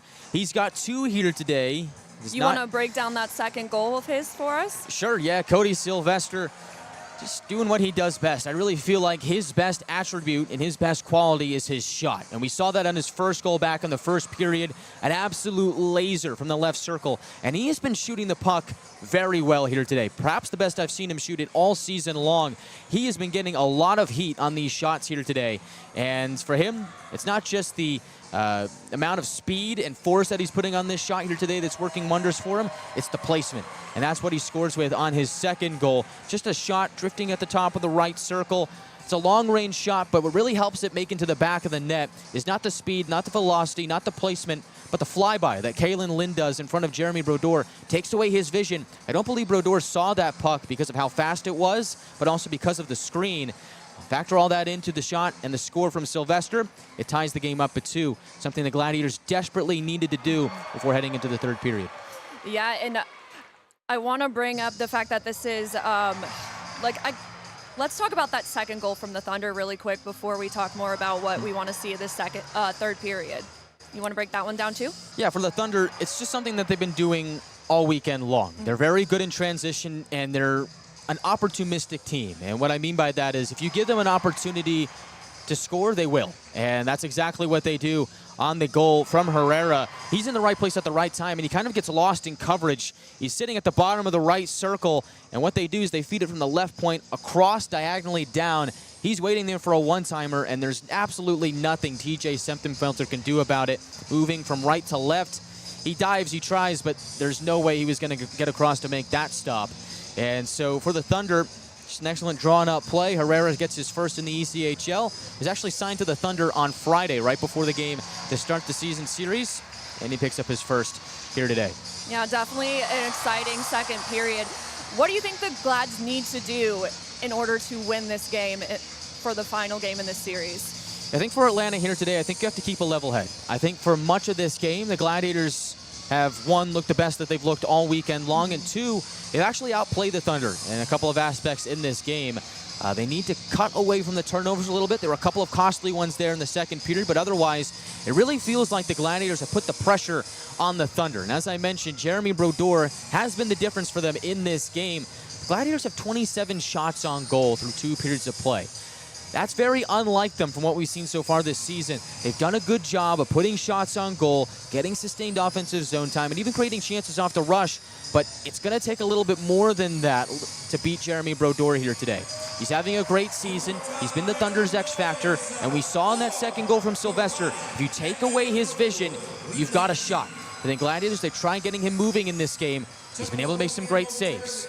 But if you're able to screen him and take that vision away, chances are you're going to get something out of it. Look for more of that from the Gladiators here in the third period. The Thunder aren't going to like that. They're going to try and clean up the crease. That's fine. Let them do that. Let them do the dirty work to make you move outside from Jeremy Brodeur, because chances are if you do that, they're going to draw a penalty, and then you have a chance on the power play. Yeah, and I've been seeing in this game for sure that the Gladiators are putting that pressure on the Thunder versus what Thunder was doing to the Gladiators in the first 2 games in this series. It seems like they've a little bit switched their positions here when it comes to that in their game, which has been really good to see them come back to their game and come a little bit more alive than what we were seeing in these past 2 games. Now, I actually came up with a question. All right, let's hear it. So, I'm not going to lie to everyone, I'm hungry.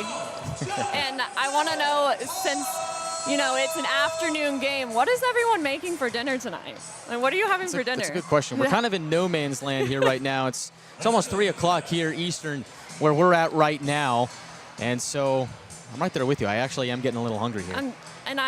I'm trying to think, what should I make tonight when I get home? So let us know in the YouTube live chat what you plan on having tonight, and maybe it will inspire me to cook something when I get home. But again, we are tied here at Gas South Arena 2-2. The Gladiators out shooting the Thunder 27-13. And we'll talk more about what we want to see in that third period when we come back from the break. It's game day and Bucky's ready for action. From the moment he pulls up, it's all smiles, high fives, and Beaver Toyota pride. A quick stop for snacks and he's game ready. The energy in the arena starts to build because when Beaver Toyota and the Gladiators team up, the fun and excitement never stop. Catch Bucky lucky at the next Gladiators game or visit us anytime at beavertoyotacoming.com. We're 20, and yeah, we're celebrating big. Because in 20 years, we didn't just make the gear, we made hockey cooler. They said we were too loud, too flashy, too different. They told us to tone it down. The Warriors don't tone it down, we go full throttle. And this is just the start. 20 years in and we're just getting warmed up. We're still the brand that makes the gear you can win in, chirping and partying. And if you thought we were bold before, just wait. The next 20 years start now. All right, everyone, welcome back to Gas South Arena. Shelby Rabideau here with Guy Chiarenza. We're going to be talking about what we want to see in that third period, but let's check in with our scores. We are tied here in Duluth, 2-2. The Gladiators out shooting the Thunder 27-13. Now, we are on a hat trick watch as well for our captain, Cody Sylvester. Now, Guy, you want to talk about what a day the captain has had? He has had an excellent afternoon for the Gladiators. He has 2 goals on 3 shots on goal so far today. And for the Gladiators, they've taken a lot of shots in this game, 27 shots through 2 periods of play. And on top of that, offense is the best defense. They've limited the Thunder to just 13 shots on goal. And the reason the Thunder have 2 goals on the board is because, again, they're an opportunistic team. You give them a chance to score, and they will. They made the Gladiators pay on that twice. It's going to take a very clean third period here from the Gladiators with good puck management and possession. Come away with the victory here. But for the Gladiators, things are finally starting to move in the right direction for them offensively. They've done a really good job of pressing the Thunder in their own zone. Here's this for kicks and giggles. The Gladiators leaders in the shot department. Mac McNamee leads the shot count with 5 shots on goal. Right behind him, Alex Young with 4, and then you've got Sylvester with 3, Nychuk with 3, and Cipollone with 3 as well. So the Gladiators are doing a really good job of possessing the puck and getting shots on goal. And again, Cody Sylvester, 2 out of 3. I think there's a song about that. 2 out of 3 ain't bad. 2 goals for Sylvester. He has now improved to 13 goals on the season, and it's been a long time coming for him. It's been a while since we've seen him score his last goal outside that goal that he scored against Jacksonville in the comeback victory. For Sylvester, before that, he had gone about 10 games before scoring a goal. So very uncharacteristic for him, but now he's got 3 in his last 2. And so for Cody Sylvester, he is the captain. And in moments like this, in tough games like this, you're going to look for your leaders to step up. And he has done that for the Gladiators here today. And now he's on hat trick watch. He got plenty of time here in the third period. Last time we saw a hat trick, it was Louis Boudon who got the hat trick in this building back in December. And shout out to Louis. He had 2 goals in the Olympic game the other day for Team France. Miss you, bud. Yeah, miss you. Hope he's doing good in his new team and you know, representing his country and everything. It's good to see that for him. Yeah, I'm sure he's having a good time over in Milan. Yeah. As there's still Olympic action going on here today. And while Team France hasn't won a game yet, Louis has had a great tournament. And wishing him all the best from Glads Nation. Yeah, so let's talk about TJ Simptonfelter. I want to bring up the game on Saturday's game with the Teddy Bear toss. And I don't know if y'all don't follow the Instagram for the Gladiators, you definitely should. But it was so fun to watch the Teddy Bear toss. I have never experienced anything like that. But it was even better to see TJ on the ice documenting it all. Like I just clocked him from up here and I said, he's so funny. And like, I just thought that was great. So there is a video of it on the Instagram. But so TJ right now is 3rd in ECHL in save percentage and 3rd in the goals against average. So again, he's had an amazing year and not facing too many shots here tonight, but we've seen him do amazing saves throughout his career with the Gladiators. Yeah, and I think when it comes down to it, Shelby, TJ Simptonfelter, while he's been quiet here today, and that's not by his own design, he's only seen 13 shots, it feels like in a game like this, there are going to be 2, maybe 3 opportunities for the Thunder to take the lead in this game or score. And for TJ Simptonfelter, it feels like in those moments, in a game like this, he has risen to the occasion and given the Gladiators a chance to win. Watch out for him here in the third period. Hasn't had to make any dazzling saves so far today. Mostly routine stuff for him. But watch out for here in the third period, because if the Thunder get an opportunity, he is going to be their X factor to help them win this game. And what else are you looking forward to for the Glads in this third period? I think they just need to keep their composure here in the third period. This is a Thunder team that has frustrated them very much through the last 2 games. The Gladiators now neck and neck with them heading into the third period in a game that feels like a playoff atmosphere. The Thunder are a good team. They are a really good team. And so for the Gladiators, this is a good test for them. Playoff-like atmosphere, got a lot of young guys on this team. This is kind of just a little bit of a test for them here as we move into the final stages of the season. Will they be able to overcome this kind of deficit? They did 2-1 in the second period to tie it 2-2. Now can you take the lead? Now can you take that next step? You've played great so far today. 27 shots on goal. You've limited your opponent to 13. It's a tie game. You're doing all the right things, but don't let the Thunder get into your head. Again, a lot of young guys on this roster. Find a way to keep your composure, keep playing your style of game, and eventually things will break through for them. And to your point, TJ Septemfelter, he's bailed them out a time or two this season. He's going to give them a chance to win here in the third. Trust in yourself, trust in your process, trust in the guys in the locker room. I think the Gladiators will be all right. Yeah, it's been a great game to watch so far, and looking forward to that third period. Now, before we head into that period, let's check in the group chat, or the YouTube live chat here. I want to know what everyone's making for dinner because I'm hungry here in this kind of mid-afternoon. Looks like Taylo is making spicy fried rice with Spam. Interesting. J-Bug. I don't think I've had Spam before. I don't know if I've had Spam either. I don't think people really ever have anything good to say about Spam. So I think my mom eats it on sandwiches, maybe. Yeah, I'm not really sure what you use Spam for. But J-Bug Blue says it's my 7-year anniversary with my partner, so might have to make us some steak with truffle salt. Oh, stop. Don't tempt me with a good time. Stop. That sounds like Trying to see what we have for sides. And happy anniversary. Congrats. Yeah, happy anniversary. Peach Fuzz 27. I'll rewatch this broadcast and have beer, nachos, and hot wings just like if I would if I were at the game. Now that is a good plan. Actually, some wings would really be good right now. Stadium Arena. I like sub sandwich. Okay. Stadium Arena. What are you putting on your sub sandwich? Stadium Arena. What do you got on there? Meatball sub. Meatball sub. I know you like the Italian stuff, Stadium Arena, so meatball sub might be right up your alley. April, burgers on the grill. It's a beautiful day out. Are you on the grill outside? Day.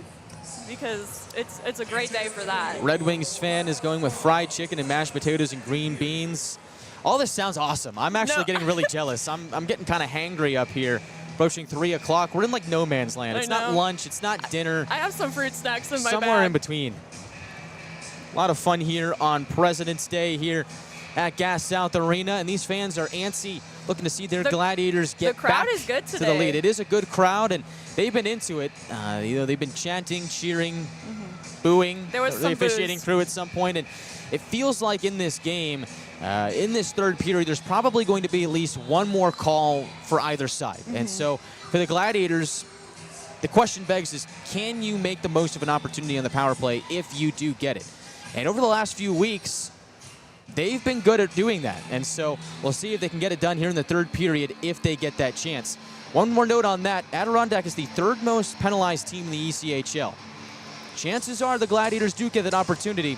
We'll see if they do. Yeah, and again, we'll also keep an eye out for that hat trick for Captain Cody Sylvester. And it looks like the Glads are heading back on the ice. Again, it is tied here 2-2 in Gas South Arena, and we will see you in that third period. Life's too short for ordinary whiskey. Make it infamous.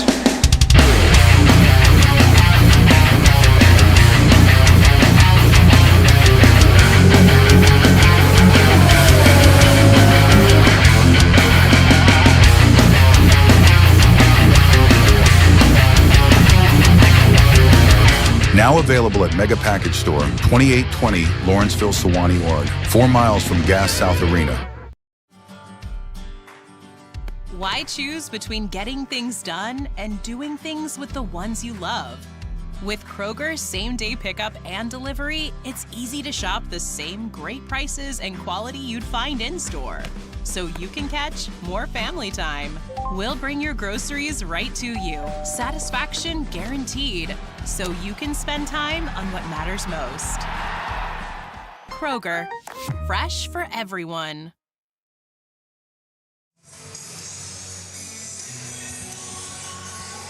All tied up heading into the third. Gladiators and Thunder deadlocked at 2.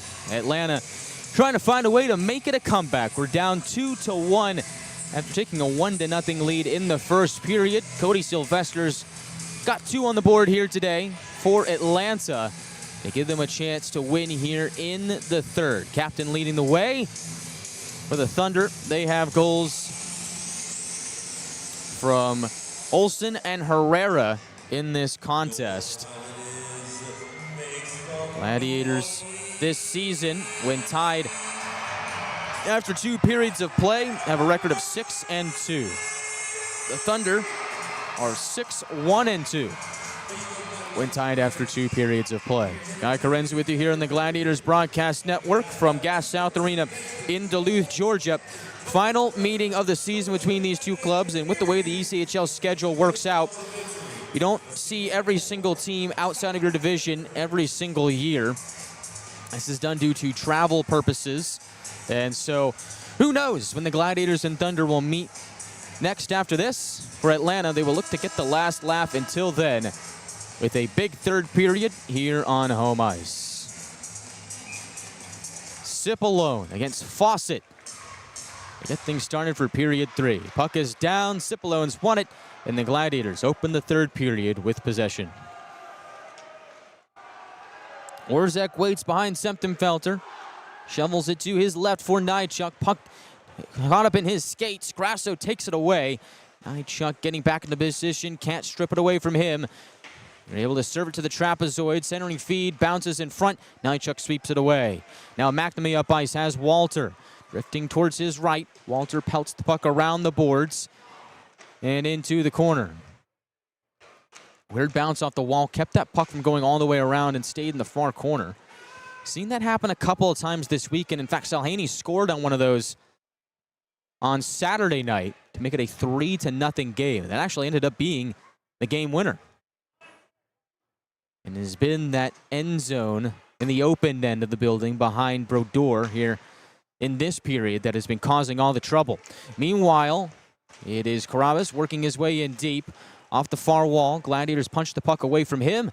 Conroy in open space on the near side. Has it close in on him as pressure was put on by Taylor. Gladiators shuttle it through the right wing and in. No icing. Young in the near corner exchanges with Conroy. A bundle of players get caught up into that corner. Gladiators try and dig it free. Francis doing the heavy lifting, trying to spar it away from Graves. Puck is lobbed to the line. Sylvester handles to the right point. He'll steer it to the trapezoid where it's collected by Graves. They'll pump it up the near wall out to Atlanta ice. No icing as both teams will get a change in. The Gladiators, on comes Denemy and Lind. Francis still out there. Got a piece of the puck on the entry on the left side. Thunder able to chuck it out to the neutral zone. Puck skips to Bertuzzi. They'll drag it to the left wing. Onto the tape of McLean. Down low, Bertuzzi's got it back behind the net. Shadowed by Carabia. Contested puck in the far corner. McLean centers for McManus. He'll peel away to the outside and put it to the left point looking for Hutchison. Fumbled at the line. Burns puts some pressure on. But Hutchison able to keep it away for now. Jams it out to the neutral zone. Lind and the Gladiators come right back in. Nychuk from the left wing tries to cut inside. Brushed off the puck and a big hit in the neutral zone. Lind on McLean. Meanwhile, McManus toe drag shot from the right circle. Flubbed on a bit as Orzek got a stick on it. It'll roll in on Semptimfelter, who freezes. 2:40 into the third. What a hit that was from Kalen Lind on McLean. Open ice hit. Just levels him. Big boom in the neutral zone. Face off on the near circle to the left of Semptimfelter. Scardina will take this against Olsen. Olsen with a goal here today. Spent last year with Tulsa. Shot goes over the head of Semptimfelter. Gladiators scurry through the neutral zone. Appelt chasing the puck. Hansel able to shuffle it away. Scardina on the attack. Tries to cut down the middle, but the Thunder having none of it get possession back. 3 minutes gone by in the third period, still tied up at 2. Thunder direct the puck into the Gladiators zone. Hansel, the defenseman, activating down deep. Leaves the puck for Edwards. Pass from low to high, and a shot by Reed. Semptimphelter stops it. Puck loose for a moment, but he's able to cover it and get a whistle, and afterwards, a little bit of nastiness with 16:44 left in the third.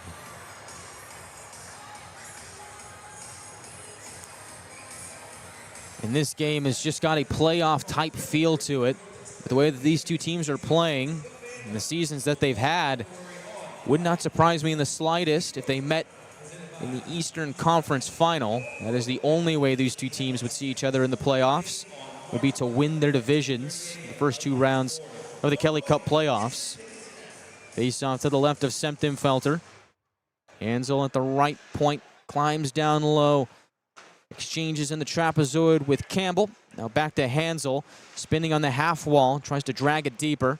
Conroy shoves Campbell off the puck. Hansel once again pinching, keeps the play alive. From the right circle, Hansel forced to the wall, puts it to the line as Walter gets a stick on it and sends McNamee into action. From the left wing, pulls up at the half wall and will slide the puck deeper to Les. Working down low, Les backhands the puck to Walter. Station behind the net, centers. McNamee tried to backhand it to a trailing forward in Cipollone, but the Thunder are able to sniff it out and run it down the right wing. Working in deep is Grasso. Gladiators check him. Clearing attempt held in at the right point by Graves. From high to low, Les grabs it behind Semptimphelter. Conroy now chases it to the left wing. Is able to hang on to it. Conroy with Adirondack last season had 8 goals and 21 assists in 71 games. The right circle shot is kicked away by Brodeur. Thunder able to volley it off the near wall out to center.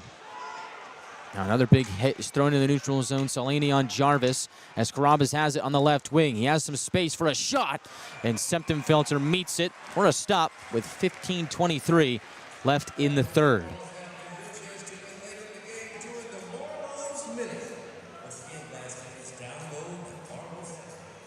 Faceoff will be to his right.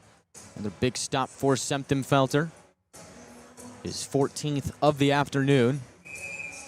Thunder now with 16 shots on the board to the Gladiators' 29. Gladiators took 17 shots in the second period, one shy of their season high, which is 18 in a single period. Gladiators did that back in the second period against Utah on the second game of the season. It was a 4-1 Gladiator victory. McManus shuffles the puck behind Semptimphelter. Bertuzzi beats out Carabia to it. At the left point has Hansel for a shot. That gets tipped wide. Rebound over-skated by McLean. Had an open net. Semptimphelter moving from right to left. And now throw a pass to the slot that hits the stick of Bertuzzi and goes out of play with 5:10 gone by in the third. Wow, Semptimphelter is all the way over on the right side of the goal mouth. Puck came around the boards. And Salani just couldn't put it in. Overskated it. Actually, I believe it was McLean. Overskated it and couldn't get a shot away. Face off to the right of Semptimphelter.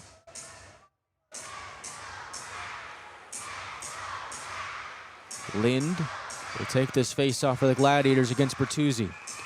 Bertuzzi's won it, but we have a false start off the draw, so we'll do it again. And they're going to check the clock to make sure we're good there. Still 14:50 to go.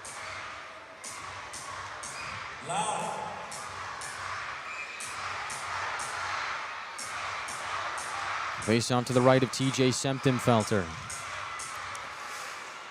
And off that draw, contested puck wrestled away. Denomia buys, tries to split 2 Thunder defensemen, but Adirondack able to keep the piece as their attempt on the entry is boxed up. Lind over center circle, knifes his way to his right.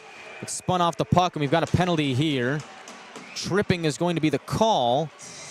Thunder bench was up in arms. We'll see who it goes on.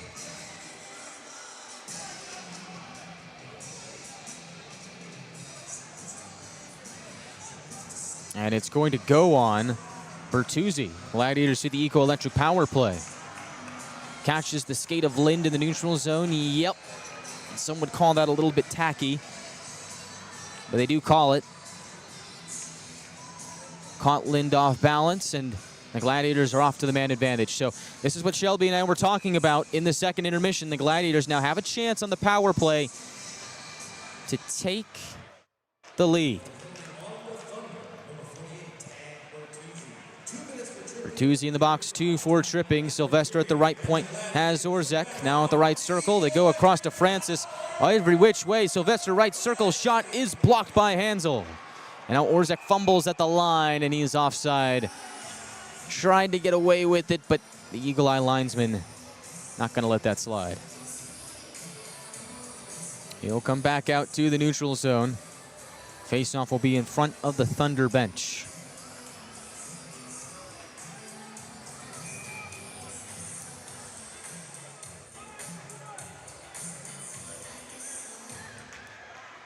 This is the Gladiators' third power play attempt of the day. Francis over to the right wing for Sylvester.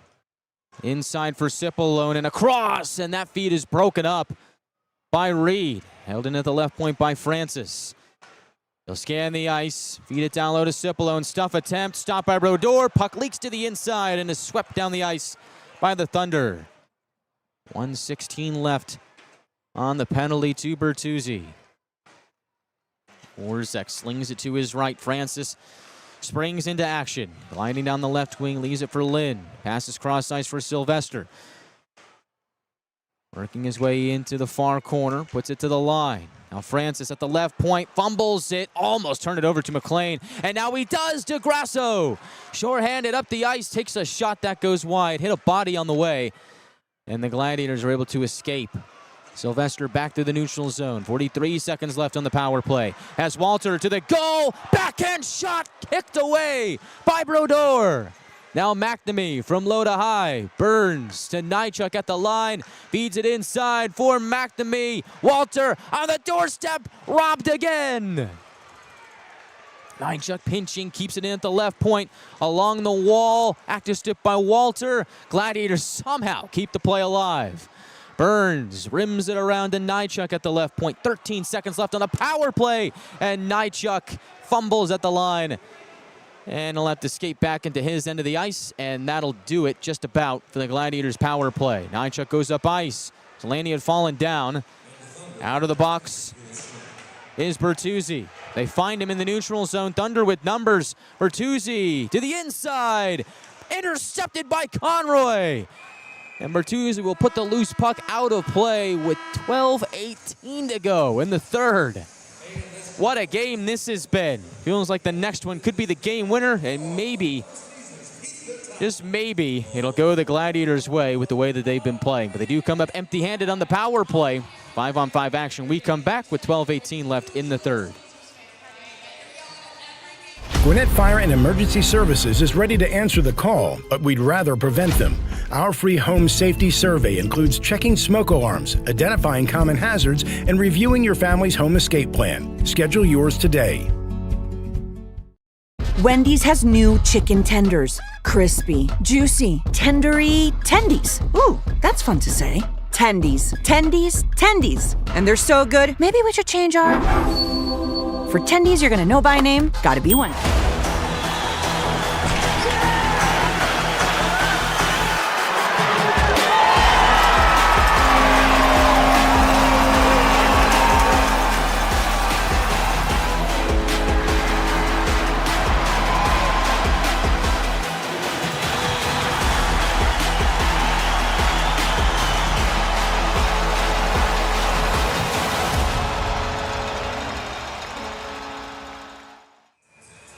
Gladiators and Thunder still tied up at 2. 12:18 left in the third period.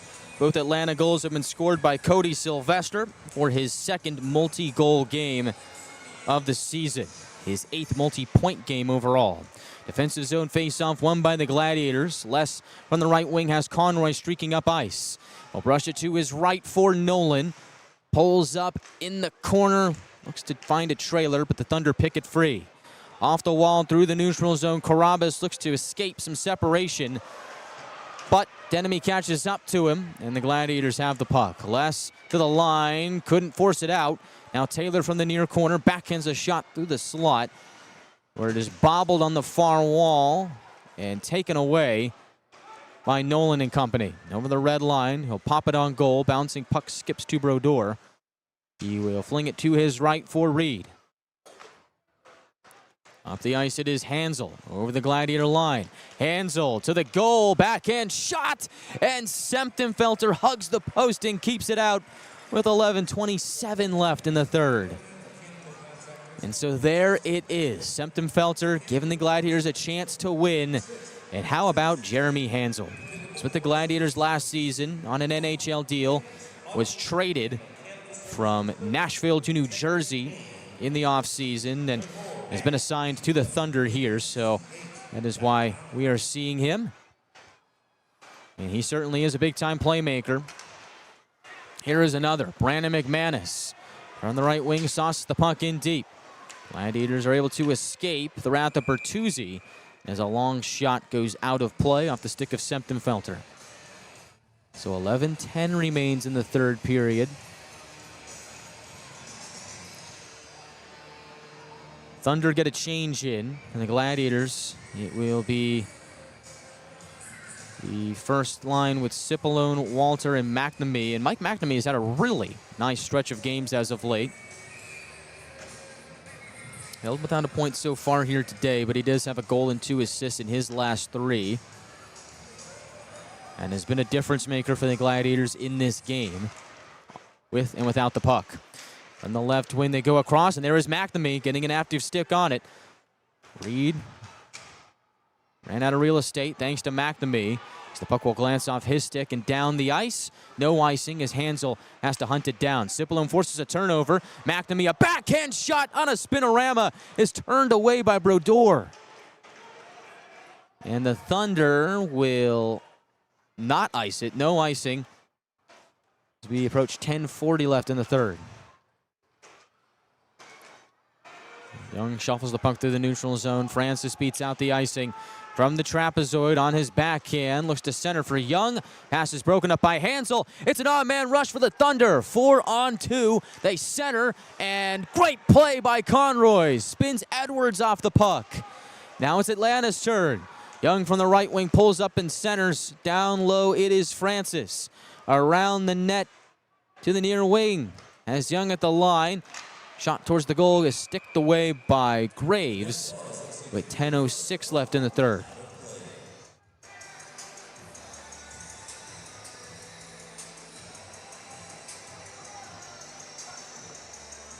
This game has had a lot of high-energy moments, and it feels like we are set to move into another. Face-off to the left of Brodeur.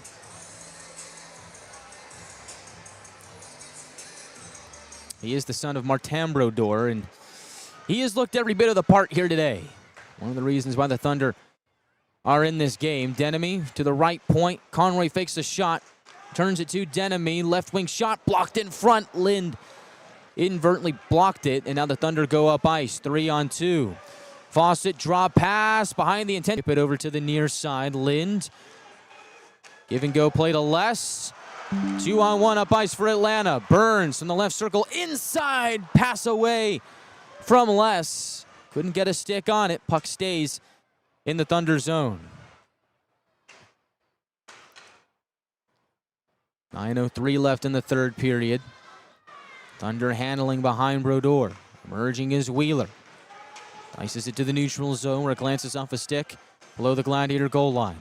Carabia rips it to center. Possession back to the Thunder. Now Reed from the right wing centers for Carabas. Toe drag shot, and Semptimphelter makes a big save. Jarvis has the rebound on the near wall. He'll softly pitch it up the ice. Snatched again by Reed. Volleyed off his end wall to Hansel.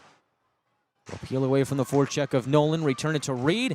And up ice they go. Wanted to hit a stretch pass to Taylor, but they're offside with 8:26 to go in the third.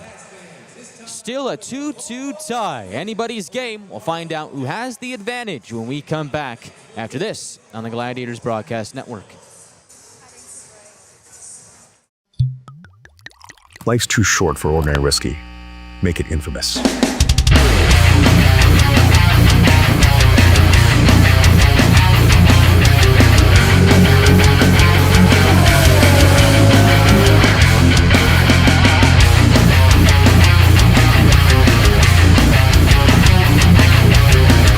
Now available at Mega Package Store, 2820 Lawrenceville, Sewanee, Oregon, 4 miles from Gas South Arena.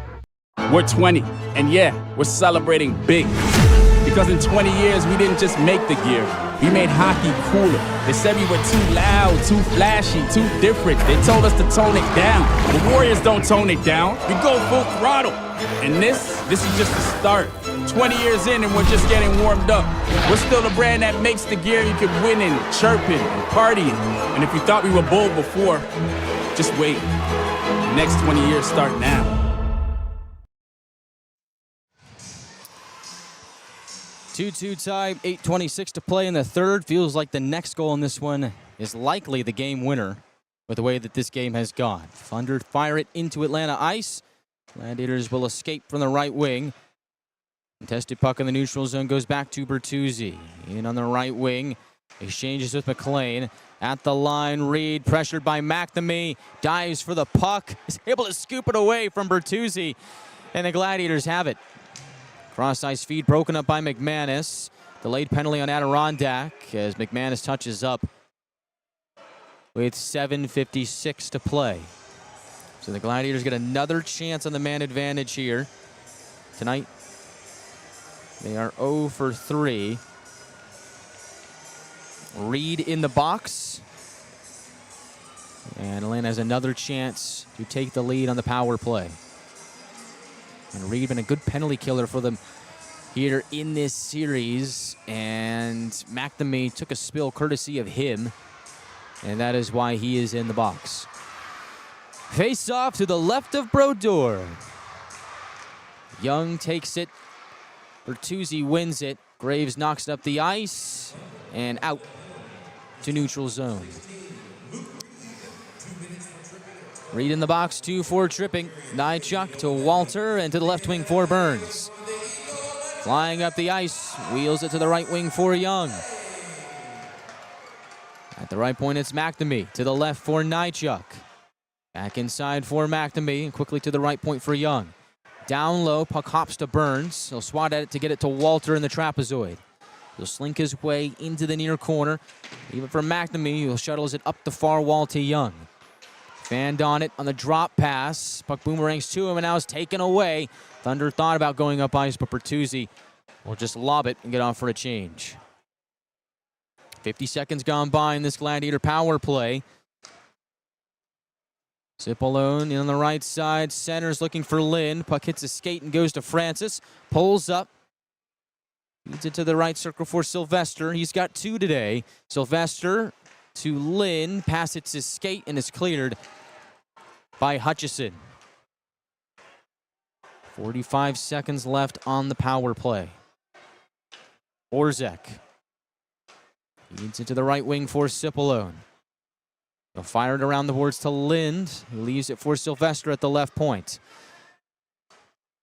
Give and go to Francis.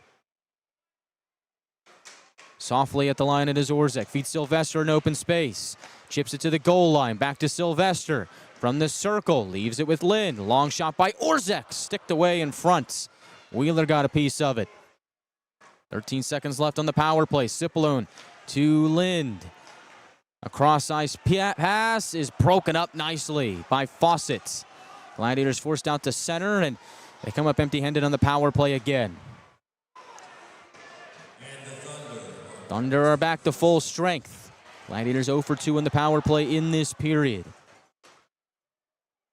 Turnover in the Thunder zone. Scardina fire, save made, rebound, they score! Joey Cipollone, the go-ahead goal! 5:41 to play, Atlanta with the lead. The forecheck of Scardina and Cipollone proves to be impactful. Scardina gets the takeaway, takes the shot, the rebound to Cipollone. And he has got the go-ahead goal for Atlanta with 5:41 to go.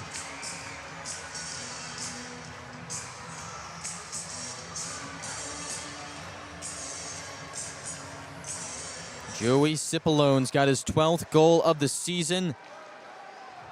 Gladiators buzzing after the power play. Able to make something happen on the forecheck. Here they go again. Deep in Thunder ice. Puck is taken away by Scardina. Decore at the line, and he fumbles it.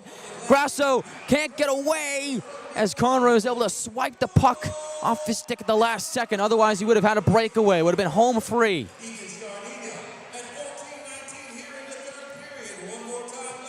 Scardina forced the turnover, took the shot. Cipollone scores on the rebound. That is the difference in this game. Thunder down, turn it over again. Cipollone from the right wing centers, hits a skate and goes to the left wing wall. Nolan sauces down low for McNamee. Out of the corner, puts it to the line for Jarvis. Drifting right, takes a shot. Brodeur falls down. Shot goes wide. McNamee has it in the far corner. But McNamee looks to center. Bouncing puck goes to Cipollone. Off the end wall to McNamee. Short side shot just goes wide. Tried to sneak it in. Cipollone springs it around the boards to the left point for Jarvis. Return feed intercepted by Hutchison. You'll find McManus moving up ice. The dump in goes to the Gladiator trapezoid. Jarvis handles away from McLean. Bouncing puck in the neutral zone. Handled by Hansel. Hansel cuts down the middle, is forced to the left corner. Has to pivot away from Nychuk. Exchanges with Grasso. Tried to sneak it in on the far side. Hits the side of the net. Now Senftenfelter is able to grab it on the near side, and afterwards some pushing and shoving with 4:01 to play. Cipollone has the go-ahead goal. Will it be the game winner? We'll find out when we come back with 4:01 to play in the third. Gladiators 3, Thunder 2. We're back after this. It's game day and Bucky's ready for action. From the moment he pulls up, it's all smiles, high fives, and Beaver Toyota pride. A quick stop for snacks and he's game ready. The energy in the arena starts to build because when Beaver Toyota and the Gladiators team up, the fun and excitement never stop.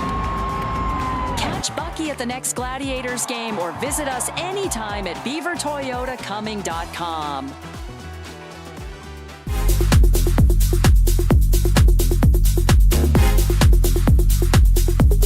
More than just cookies.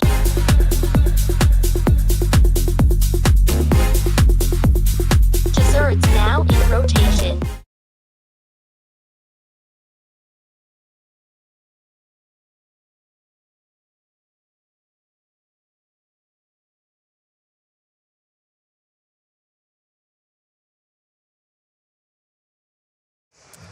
I think JD Vance might be in the building. No, it's just our director of ticket sales, Trevor Wimmer, who happens to look very much like JD Vance here on President's Day at Gas South Arena. Having some fun here as the Gladiators have taken a 3-2 lead. Joey Cipollone from Ethan Scardina, 14-19 into the third. That is the difference in this game, and the Gladiators have an offensive zone face-off here, so we'll see how aggressive Sylvain Cloutier, the head coach of the Thunder, will be if his team is still down as time trickles down. But for now, forced to keep Brodeur in anyway, with the faceoff being in his end. We've seen coaches pull netminders down by one around this time. We've also seen teams wait till about 2 minutes left and under as the Gladiators win the faceoff, but scurries by Nychuk, so he's forced to backpedal into it. Time is now on the Gladiators' side as Young rims it around the boards to the left wing. McNamee is there, chipping it down deeper, centering feed. Walter, backdoor, couldn't stuff it in. Brodeur with another big save. And the Gladiators are actually on the power play here, out of the timeout. Taylor in the box for slashing as Gladiators are back on the Eco Electric power play. Thunder clear it down, so this is going to make things a little bit more difficult for Adirondack, because if they do get this kill, then you are down to 2 minutes left in the third. But for the Gladiators, they're not thinking about killing time. They're about going for the win. Another one would just about do it. McNamee from the left wing. Scans the ice, puts it up top to Burns. Looking downhill, plays it that way. McNamee keeps it rolling to the right wing for Young. Now McNamee again behind the net. Back to Young. At the line, it's Nychuk. Feeds it back to Young. Top of the right circle. Feeds it to the goal line. Lances off the stick of McNamee as he's shadowed by Graves. Pinned up along the wall. Puck leaks free and is cleared by Wheeler with 2:38 to go. 36 seconds left on the penalty to Taylor. It is Francis up ice, gliding down the right wing. Pass to the slot, hits the stick and goes behind the net. Reed softly up ahead, and now it's Bertuzzi shorthanded from the right wing, and the Thunder do have numbers. Bertuzzi pulls up from the inside, a shot, and they score. McLean, shorthanded with 2:13 to go, has tied it at 3. And for the Gladiators, that is a real kick in the teeth. Something that you just cannot have happen. Short-handed pass to the inside. McLean. 3-all.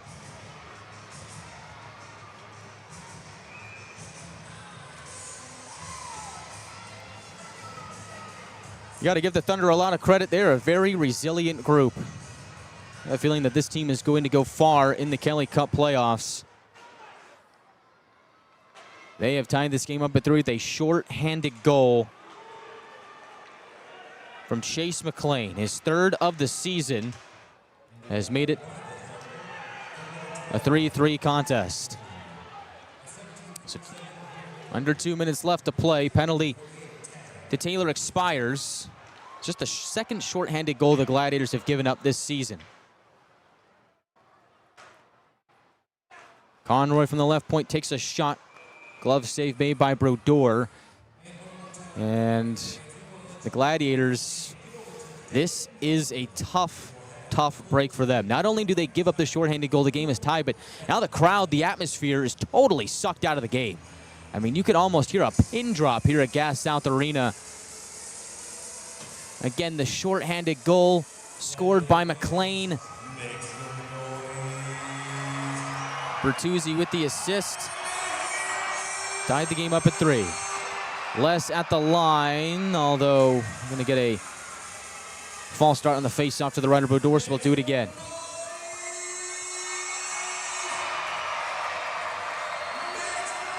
Face-off on the near circle. Sylvester will take it.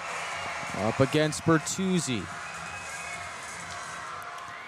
And he does win that draw. Francis turns and shoots. Blocker save made by Brodeur. Puck loose behind the goal line.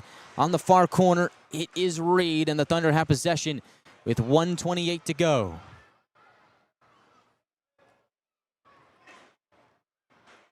Reed lining up ice, directs it in off the stick of McManus.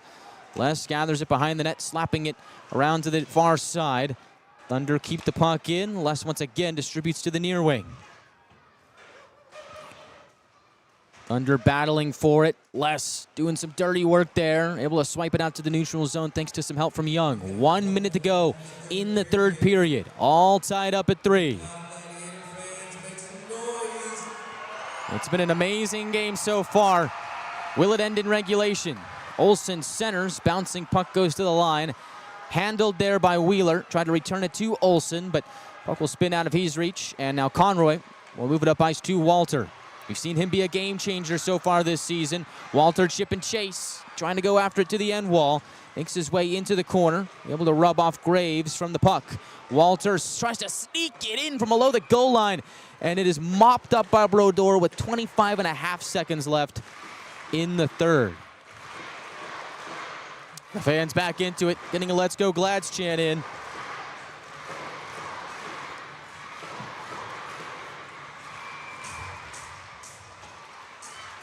The Gladiators will send out McNamee, Cipollone, Nychuk, Lind, and Orzek. Offensive zone face-off here, so you've got a chance if you can win this draw, and you've got plenty of time to work with. We've seen the Gladiators score with less. Lind at the dot against Olsen. The rookie tasked with a big-time face-off, and he's won it. Nychuk scrambles down the left wing wall. Centers for Lind. He fires! Save Brodeur, and he's got the rebound. 19.8 to go as he freezes off the shot by Lind. That is a big, big play from Lind. First-year pro out of the WHL from Red Deer. Able to win that face-off, set up Nychuk, take the return feed, and rip a good chance on goal. But Brodeur has been excellent for the Thunder here today. Makes his 36th save. Face-off on the near circle again. It's Lind taking it, and the Thunder win this one. Puck glances out to center. 13 seconds to go. How aggressive will the Gladiators be here? Lind in the neutral zone, 6 seconds left. Chips it to Cipollone. From the left wing, brushes it ahead, and the clock stops with 2.9 to go. And it looks like the Gladiators were offside there. So, all things considered, it is likely this game goes to overtime, barring some kind of miracle on either side. Scardino will take this face-off against Taylor. And it'll drift towards the Gladiators' bench. And time expires on regulation.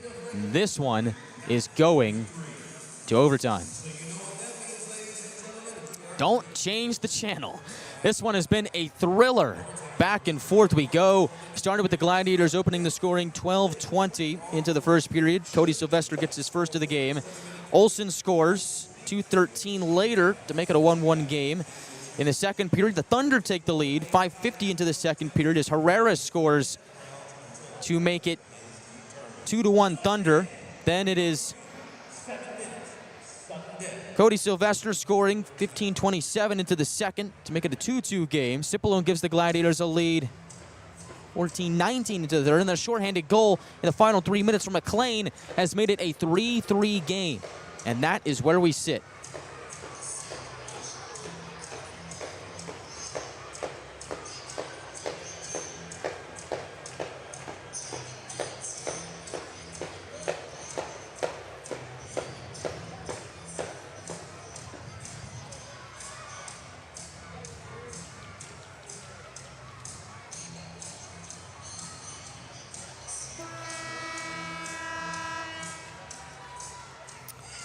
The Gladiators once again have put a flurry of shots on goal. They've got 39 here today. Their season high is 41. Overtime here at Gas South Arena. Gladiators this season in overtime are 7-1. Lone overtime loss came to the South Carolina Stingrays in late January. For the Thunder, they are 5-4 in overtime, playing in their 10th overtime game here today. Gladiators send out Cipollone, Nychuk, and McNamee to start. For the Thunder, it is Bertuzzi, McManus, and Hansel. And overtime is underway as the Gladiators win the opening faceoff. They start with possession. Nychuk down the middle, tries to brush it to Cipollone and does after it hit his skate. Cipollone drifting towards his right from the circle, shoots, save made, puck available, swept wide by McNamee. Now Cipollone plugs it to the line, Nychuk handles. Drifting towards his right, leaves it for Cipollone, and he make that McNamee. He will skate back out to the neutral zone as Cipollone goes off to the bench. Young comes on. Nychuk handles from his own end.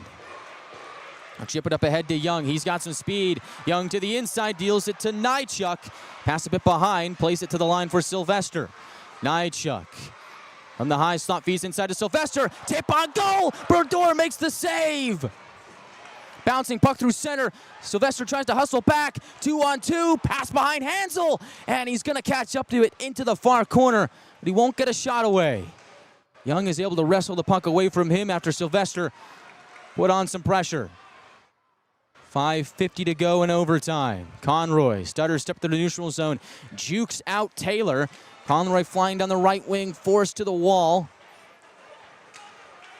Taylor's lost his stick as the puck goes to the neutral zone for Young.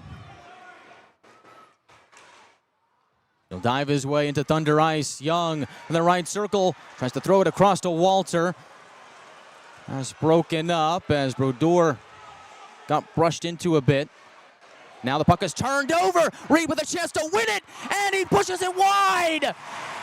Septemfelter lost his stick. It's available behind the net. Selhaney centers for Taylor, and Septemfelter stops it. No stick, and he's got it now. Now it's Reed at the line, moving to his right, plugs it down to the goal line. Conroy gets a swat on it, but possession stays with the Thunder. Grasso churns towards the goal from the right circle. He shoots, and he fires wide. Kept alive by Wheeler, fed to the inside for Campbell from the right circle. Pivots to his forehand, exchanges with Wheeler. 4:40 left in overtime. Wheeler high slot, thought about shooting but didn't. Dangles to the left wing and leaves it for Grasso. Reverses to the right wing. Grasso goes around the net on his forehand. Back between the circles, he rips a shot wide. Rebound goes to Wheeler. Out of the corner. Wheeler will go around the net. Emerges on the far side. Wheeler looking, turning, and shooting. And the tip goes wide from Grasso. Thunder hanging on to it. Wheeler from the right wing to force from the puck. Pressure from Walter. Able to slam it away. Contested in the far corner. Gladiators looking to get it back. McLean scored the shorthanded goal to tie the game. Sets up Hansel. Between the circles he shoots, and it's kicked away by Septemfelter. Behind the net, Olsen turns from the right circle. He'll turn and shoot, and it stays out. Thunder laying it on. Olsen from the right circle cuts to the goal, fought off by Septemfelter on the backhand shot. Hansel now. Gladiators are gassed. Hansel directing traffic between the circles, leaves it for McLean. Now reverses to Olsen. He'll shoot, and it's a glove save for Septemfelter. Gladiators get a whistle, and they can finally make a change. TJ Septemfelter playing hero here in overtime. The Thunder pouring it on, and he keeps the game alive. And it is worth noting here in overtime, it is a period of a long change, just like the second period. Gladiators unable to get a change. Meanwhile, the Thunder were able to keep pouring guys on with possession. Gladiators win the defensive zone faceoff. Possession goes to them. Nychuk, Cipollone, and Francis on the ice. Francis on the ice for Atlanta. Nychuk to Francis. He'll cut to the goal, and he juggled it and couldn't get a shot away. Possession goes back to the Thunder. Reed slingshots McManus into action. Brandon McManus trying to come barreling in on the right side, thought better of it. Now Bertuzzi will soft it into the center circle, and it's taken away by Francis. Francis between the circles shoots high and wide. Now the Thunder will move up ice from the left wing. McManus pass behind. Bertuzzi keeps it in the Thunder's grasp. 2:30 left to play in overtime. Reed is creeping into the left wing. Off the wall to Bertuzzi. He will go back to the neutral zone and wait for fresh blood. 3-3 tie, 2:10 left in overtime. Bertuzzi through the left wing. Cuts between the circles, leaves it for Wheeler. Pass behind him, he'll catch up to it in his own end of the ice. 1:55 left in overtime. It is Selhaney with speed, barreling to the inside. Toe drag shot, shouldered away by Septemfelter. Puck loose on the far side. Gladiators sweep it up ice. 2-on-1 if they hurry, but it's taken away by Selhaney off the stick of Sylvester. Now cruising down the right wing, it is Wheeler. Backhand feed across, and it is missed by Selhaney. Hit the side of the net. 1:23 left in overtime. Boy, these two teams may not see each other for a few years, but we're going to remember this one for a long time. The question is who will be the victor? Kalen Lynn, the rookie, down the middle, shot turned away by the blocker of Brodeur, out of play with 1:06 left in overtime. The Gladiators have fought hard here in overtime. Wow, what a game. Thunder with chances, Gladiators with a couple. It is worth noting that at this stage, it may be our last whistle here in overtime, so it's worth mentioning that the Gladiators have not been to a shootout game this season. The Thunder have. They've been to 3. Face-off to the right of Brodeur. Gladiators like to get the job done in overtime. Lind wins the face-off. Nychuk scoots back out to the neutral zone and now plunges back in. Rushes it to Young on the right wing. Drifting towards his left, Young turns and shoots. Blockered away by Brodeur, and the loose puck goes to Campbell. 47 seconds left in overtime. Campbell has it knocked away at the Gladiator line. Now it is Nychuk pivoting up ice. Gains the attacking line, leaves it for Young from the right circle. He will shoot. Shot will go wide. Puck loose in the neutral zone, and it goes to McLean. Hustling towards the net. Young trying to get back. McLean is stopped by Septim-Felter. Unbelievable. 20 seconds to go. Turn it over in the neutral zone. Hansel's got it between the circles. Looks to center. Puck is swept by Bertuzzi. Right circle shot. Septim-Felter stops it. 10 seconds to go. Loose in the near corner. Hansel's got it again. Wraparound shot, and he skies it on the second opportunity. Off the save by Septim-Felter. No way! TJ Septim-Felter playing hero in overtime. What more can the Thunder do?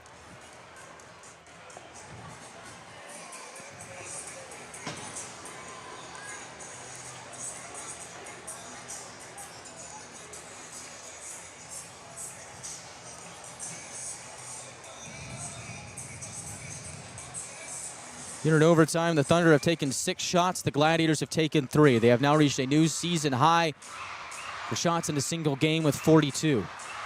The Thunder have 30, tied up at 3. 3 seconds to go. Face-off near Septim-Felter. Gladiators win it. And for the first time this season, we are going to a shootout.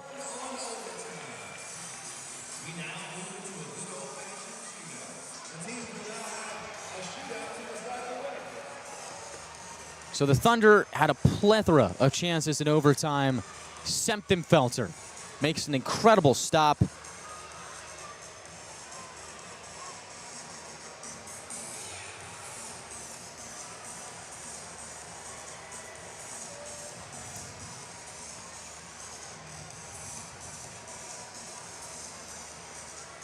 And now we go to a shootout. And it looks like the Thunder will shoot first. It'll be McManus.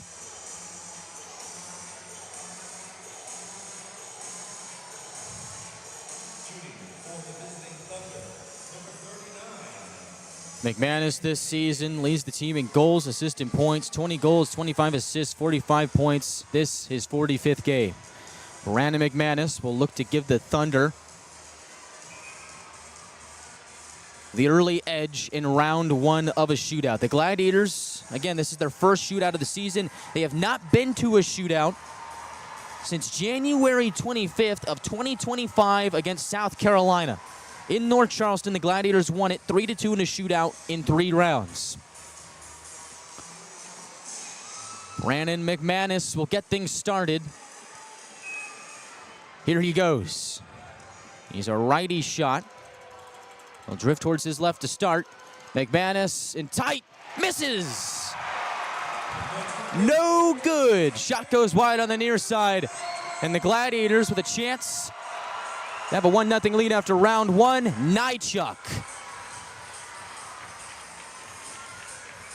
will shoot for Atlanta.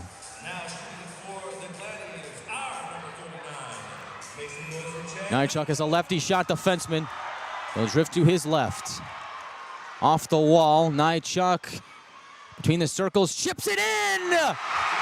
What a play! Nychuk faked him out and just chipped it over his stick. Atlanta up by 1 after round 1 of the shootout. We're going to be watching that one for a long, long time. Patenting a new move. It's the Nychuk. Just a little chip over the stick. Wow. Now it is Bertuzzi. He's a lefty shot between the circles. He will shoot and score. Tag Bertuzzi ties it up at 1, but the Gladiators still have a chance to have the lead after 2 rounds if Ryan Nolan scores. He is a right shot forward. He is going to go one-on-one with Jeremy Brodeur. Nolan will drift towards his left.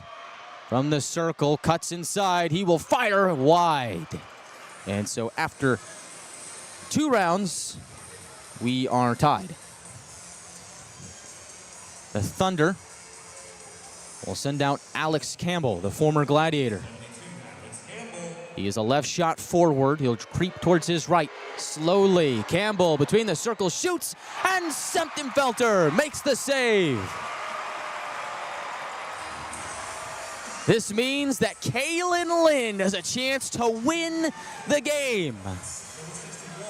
The rookie for the Gladiators picks up the puck. He's a left shot forward. Lind with the game on his stick. Stopped by Brodeur. We go to round 4.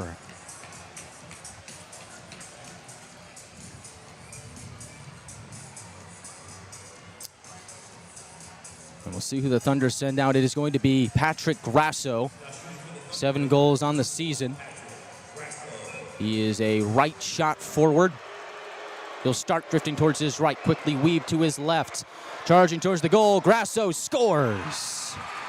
Beats Semptimphelter 5-hole. And now, Alex Young has to score to keep the game alive.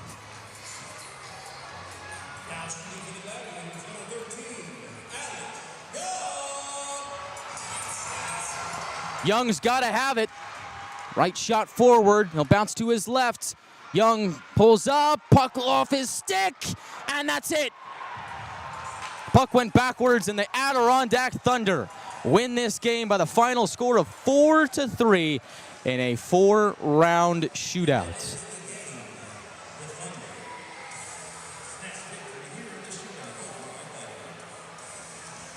Wow. What a game. Unfortunately for the Gladiators, it was just not in the cards. They fought hard, took this game all the way to the 4th round of a shootout. But the Thunder win 2 goals to the Gladiators, 1 in the shootout. Alex Young tried to keep the game alive, but puck rolls off his stick. And the winner in the shootout goes to Patrick Grasso, beating Semptimphelter 5-hole at the top of the 4th round. Either way, impressive performance.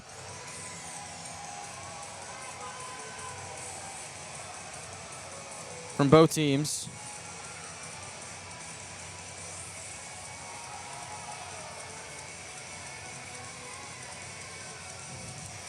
Gladiators just fall up short. They do pick up a point. Now 64 in the season, tied for first in the South with Florida, 31-12-1-1 their record. Adirondack improves to 27-13-4-1. They sweep the Gladiators in this 3-game set by the final score of 4-3 here on President's Day, final in a shootout. That'll do it for our friends over on Peachtree Sports Network. Thank you for watching this presentation of the ECHL. I'm Guy Chiarenza saying good afternoon and enjoy the rest of your holiday. Once again, the Adirondack Thunder win this one by the final score of 4-3 in a shootout at Gas South Arena. Now here on bonus coverage on Flow Hockey and YouTube. Tough loss for the Gladiators to swallow. It was a thriller of a game. Had me on the edge of my seat. Gonna have to check my blood pressure after this one. I know a lot of fans in attendance are probably feeling the same.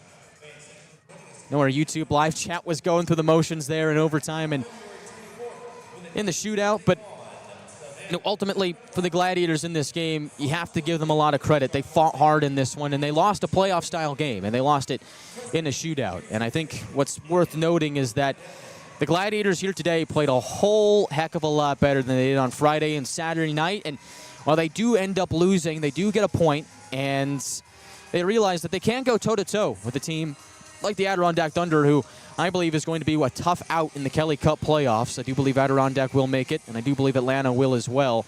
But the Gladiators have lost 3 games in a row, all at the hands of these Adirondack Thunder. And so, once again, your final score is 4-3. Let's take a look at how this one all shook out.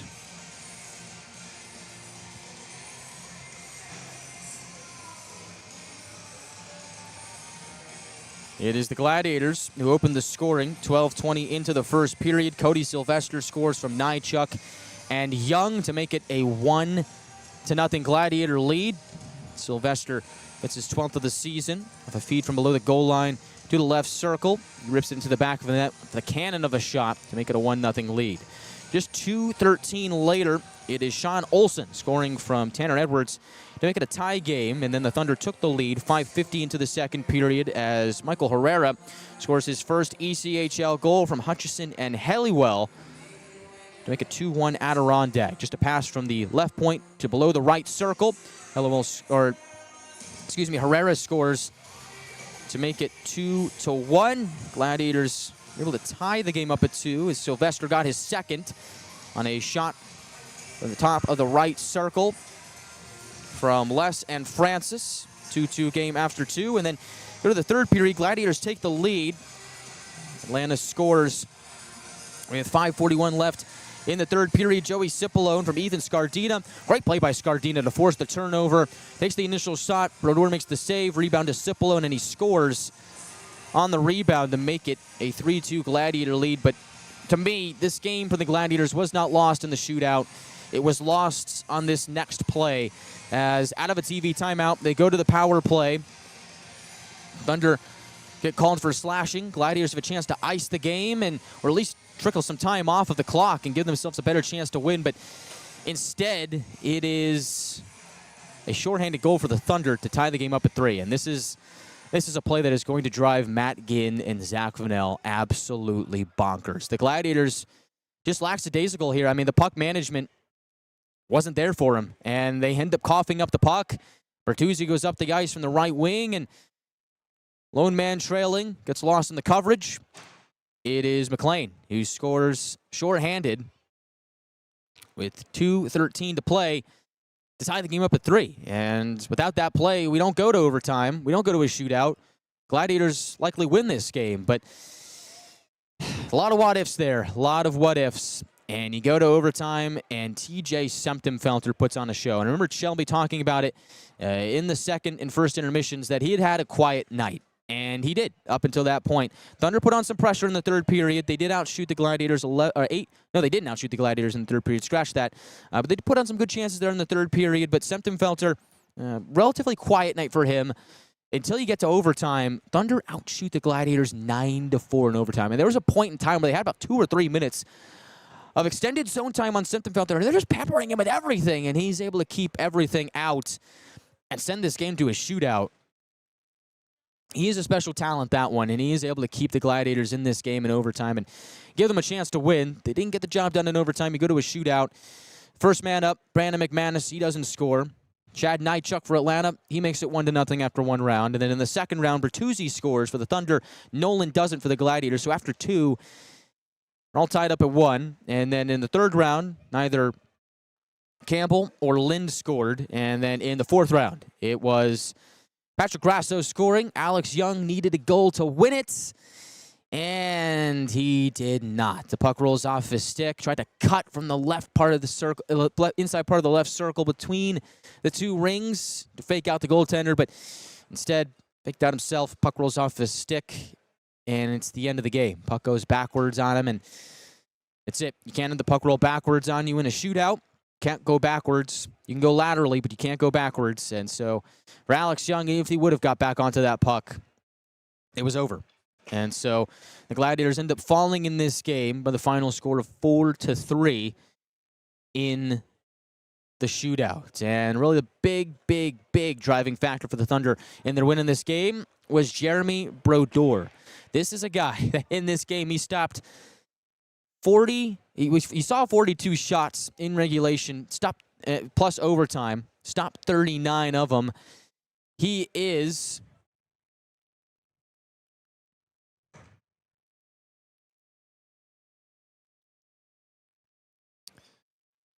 He is the first star of the game. I believe they got it messed up on the box score. It says Semptimphelster the first star.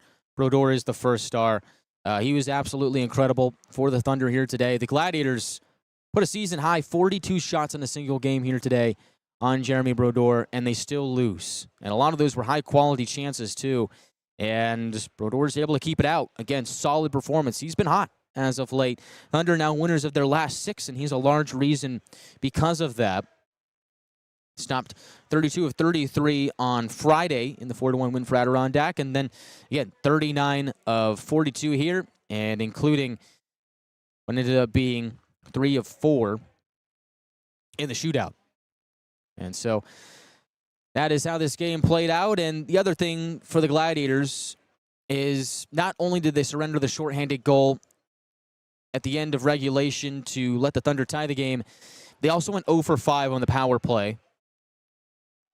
And they had 2 opportunities there in the third period to really throw the dagger into the Thunder with this power play, and they came up empty-handed. And this is a Thunder penalty kill that not necessarily the best in the league, not the worst, middle of the pack, although those numbers are certainly jump up for them after going 5 for 5 on the PK today.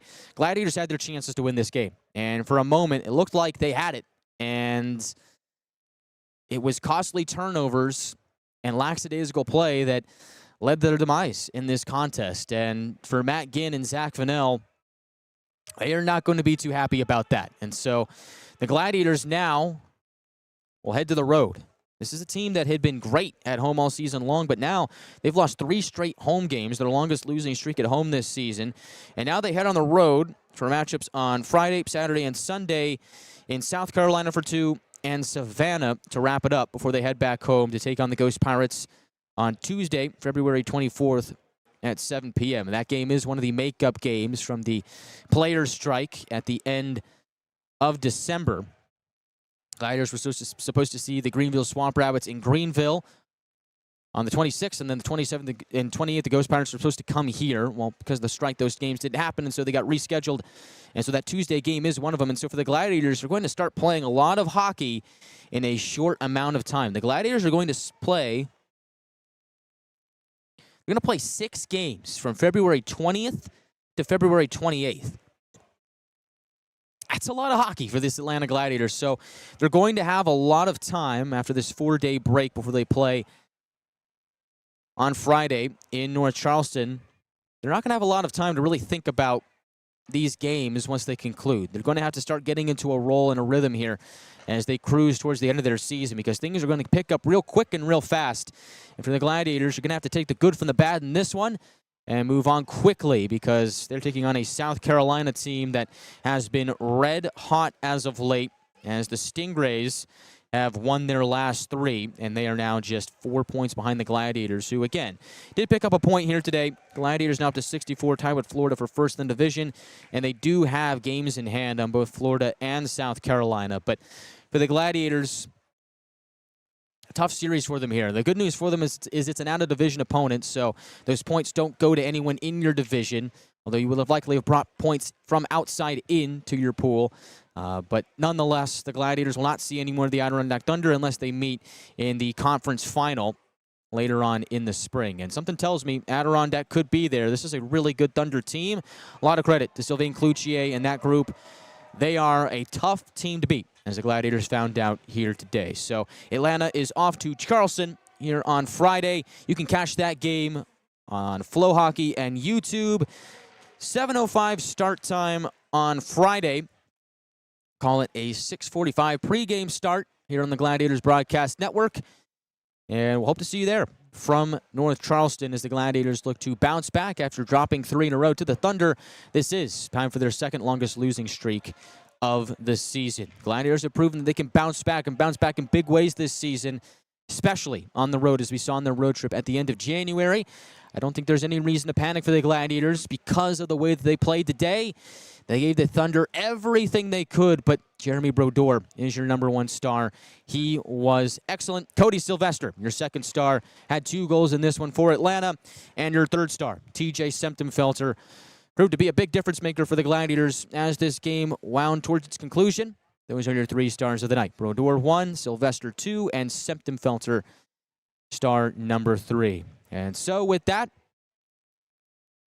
we'll bid you farewell here on President's Day and hope to see you back again in North Charleston on Friday night. And for those of you who are still listening and mulling somewhere about the building, the Gladiators and myself will be at Dave & Buster's about an hour following the conclusion of this one. So we are on the clock. We'll have to get the DMB at some point. Make sure you join us for a player signing. Full team will be there. And we're going to have some fun. Maybe play some games. Autographs will be signed. And fun will be had despite the crushing loss in the shootout. Once again, your final score. Adirondack 4, Atlanta 3, final in the shootout. I'm Guy Chiarenza, thanking you for watching this presentation of the ECHL. Good night and so long, and enjoy the rest of your holiday. And I'll see you back again on Friday night from North Charleston when the Gladiators take on the South Carolina Stingrays.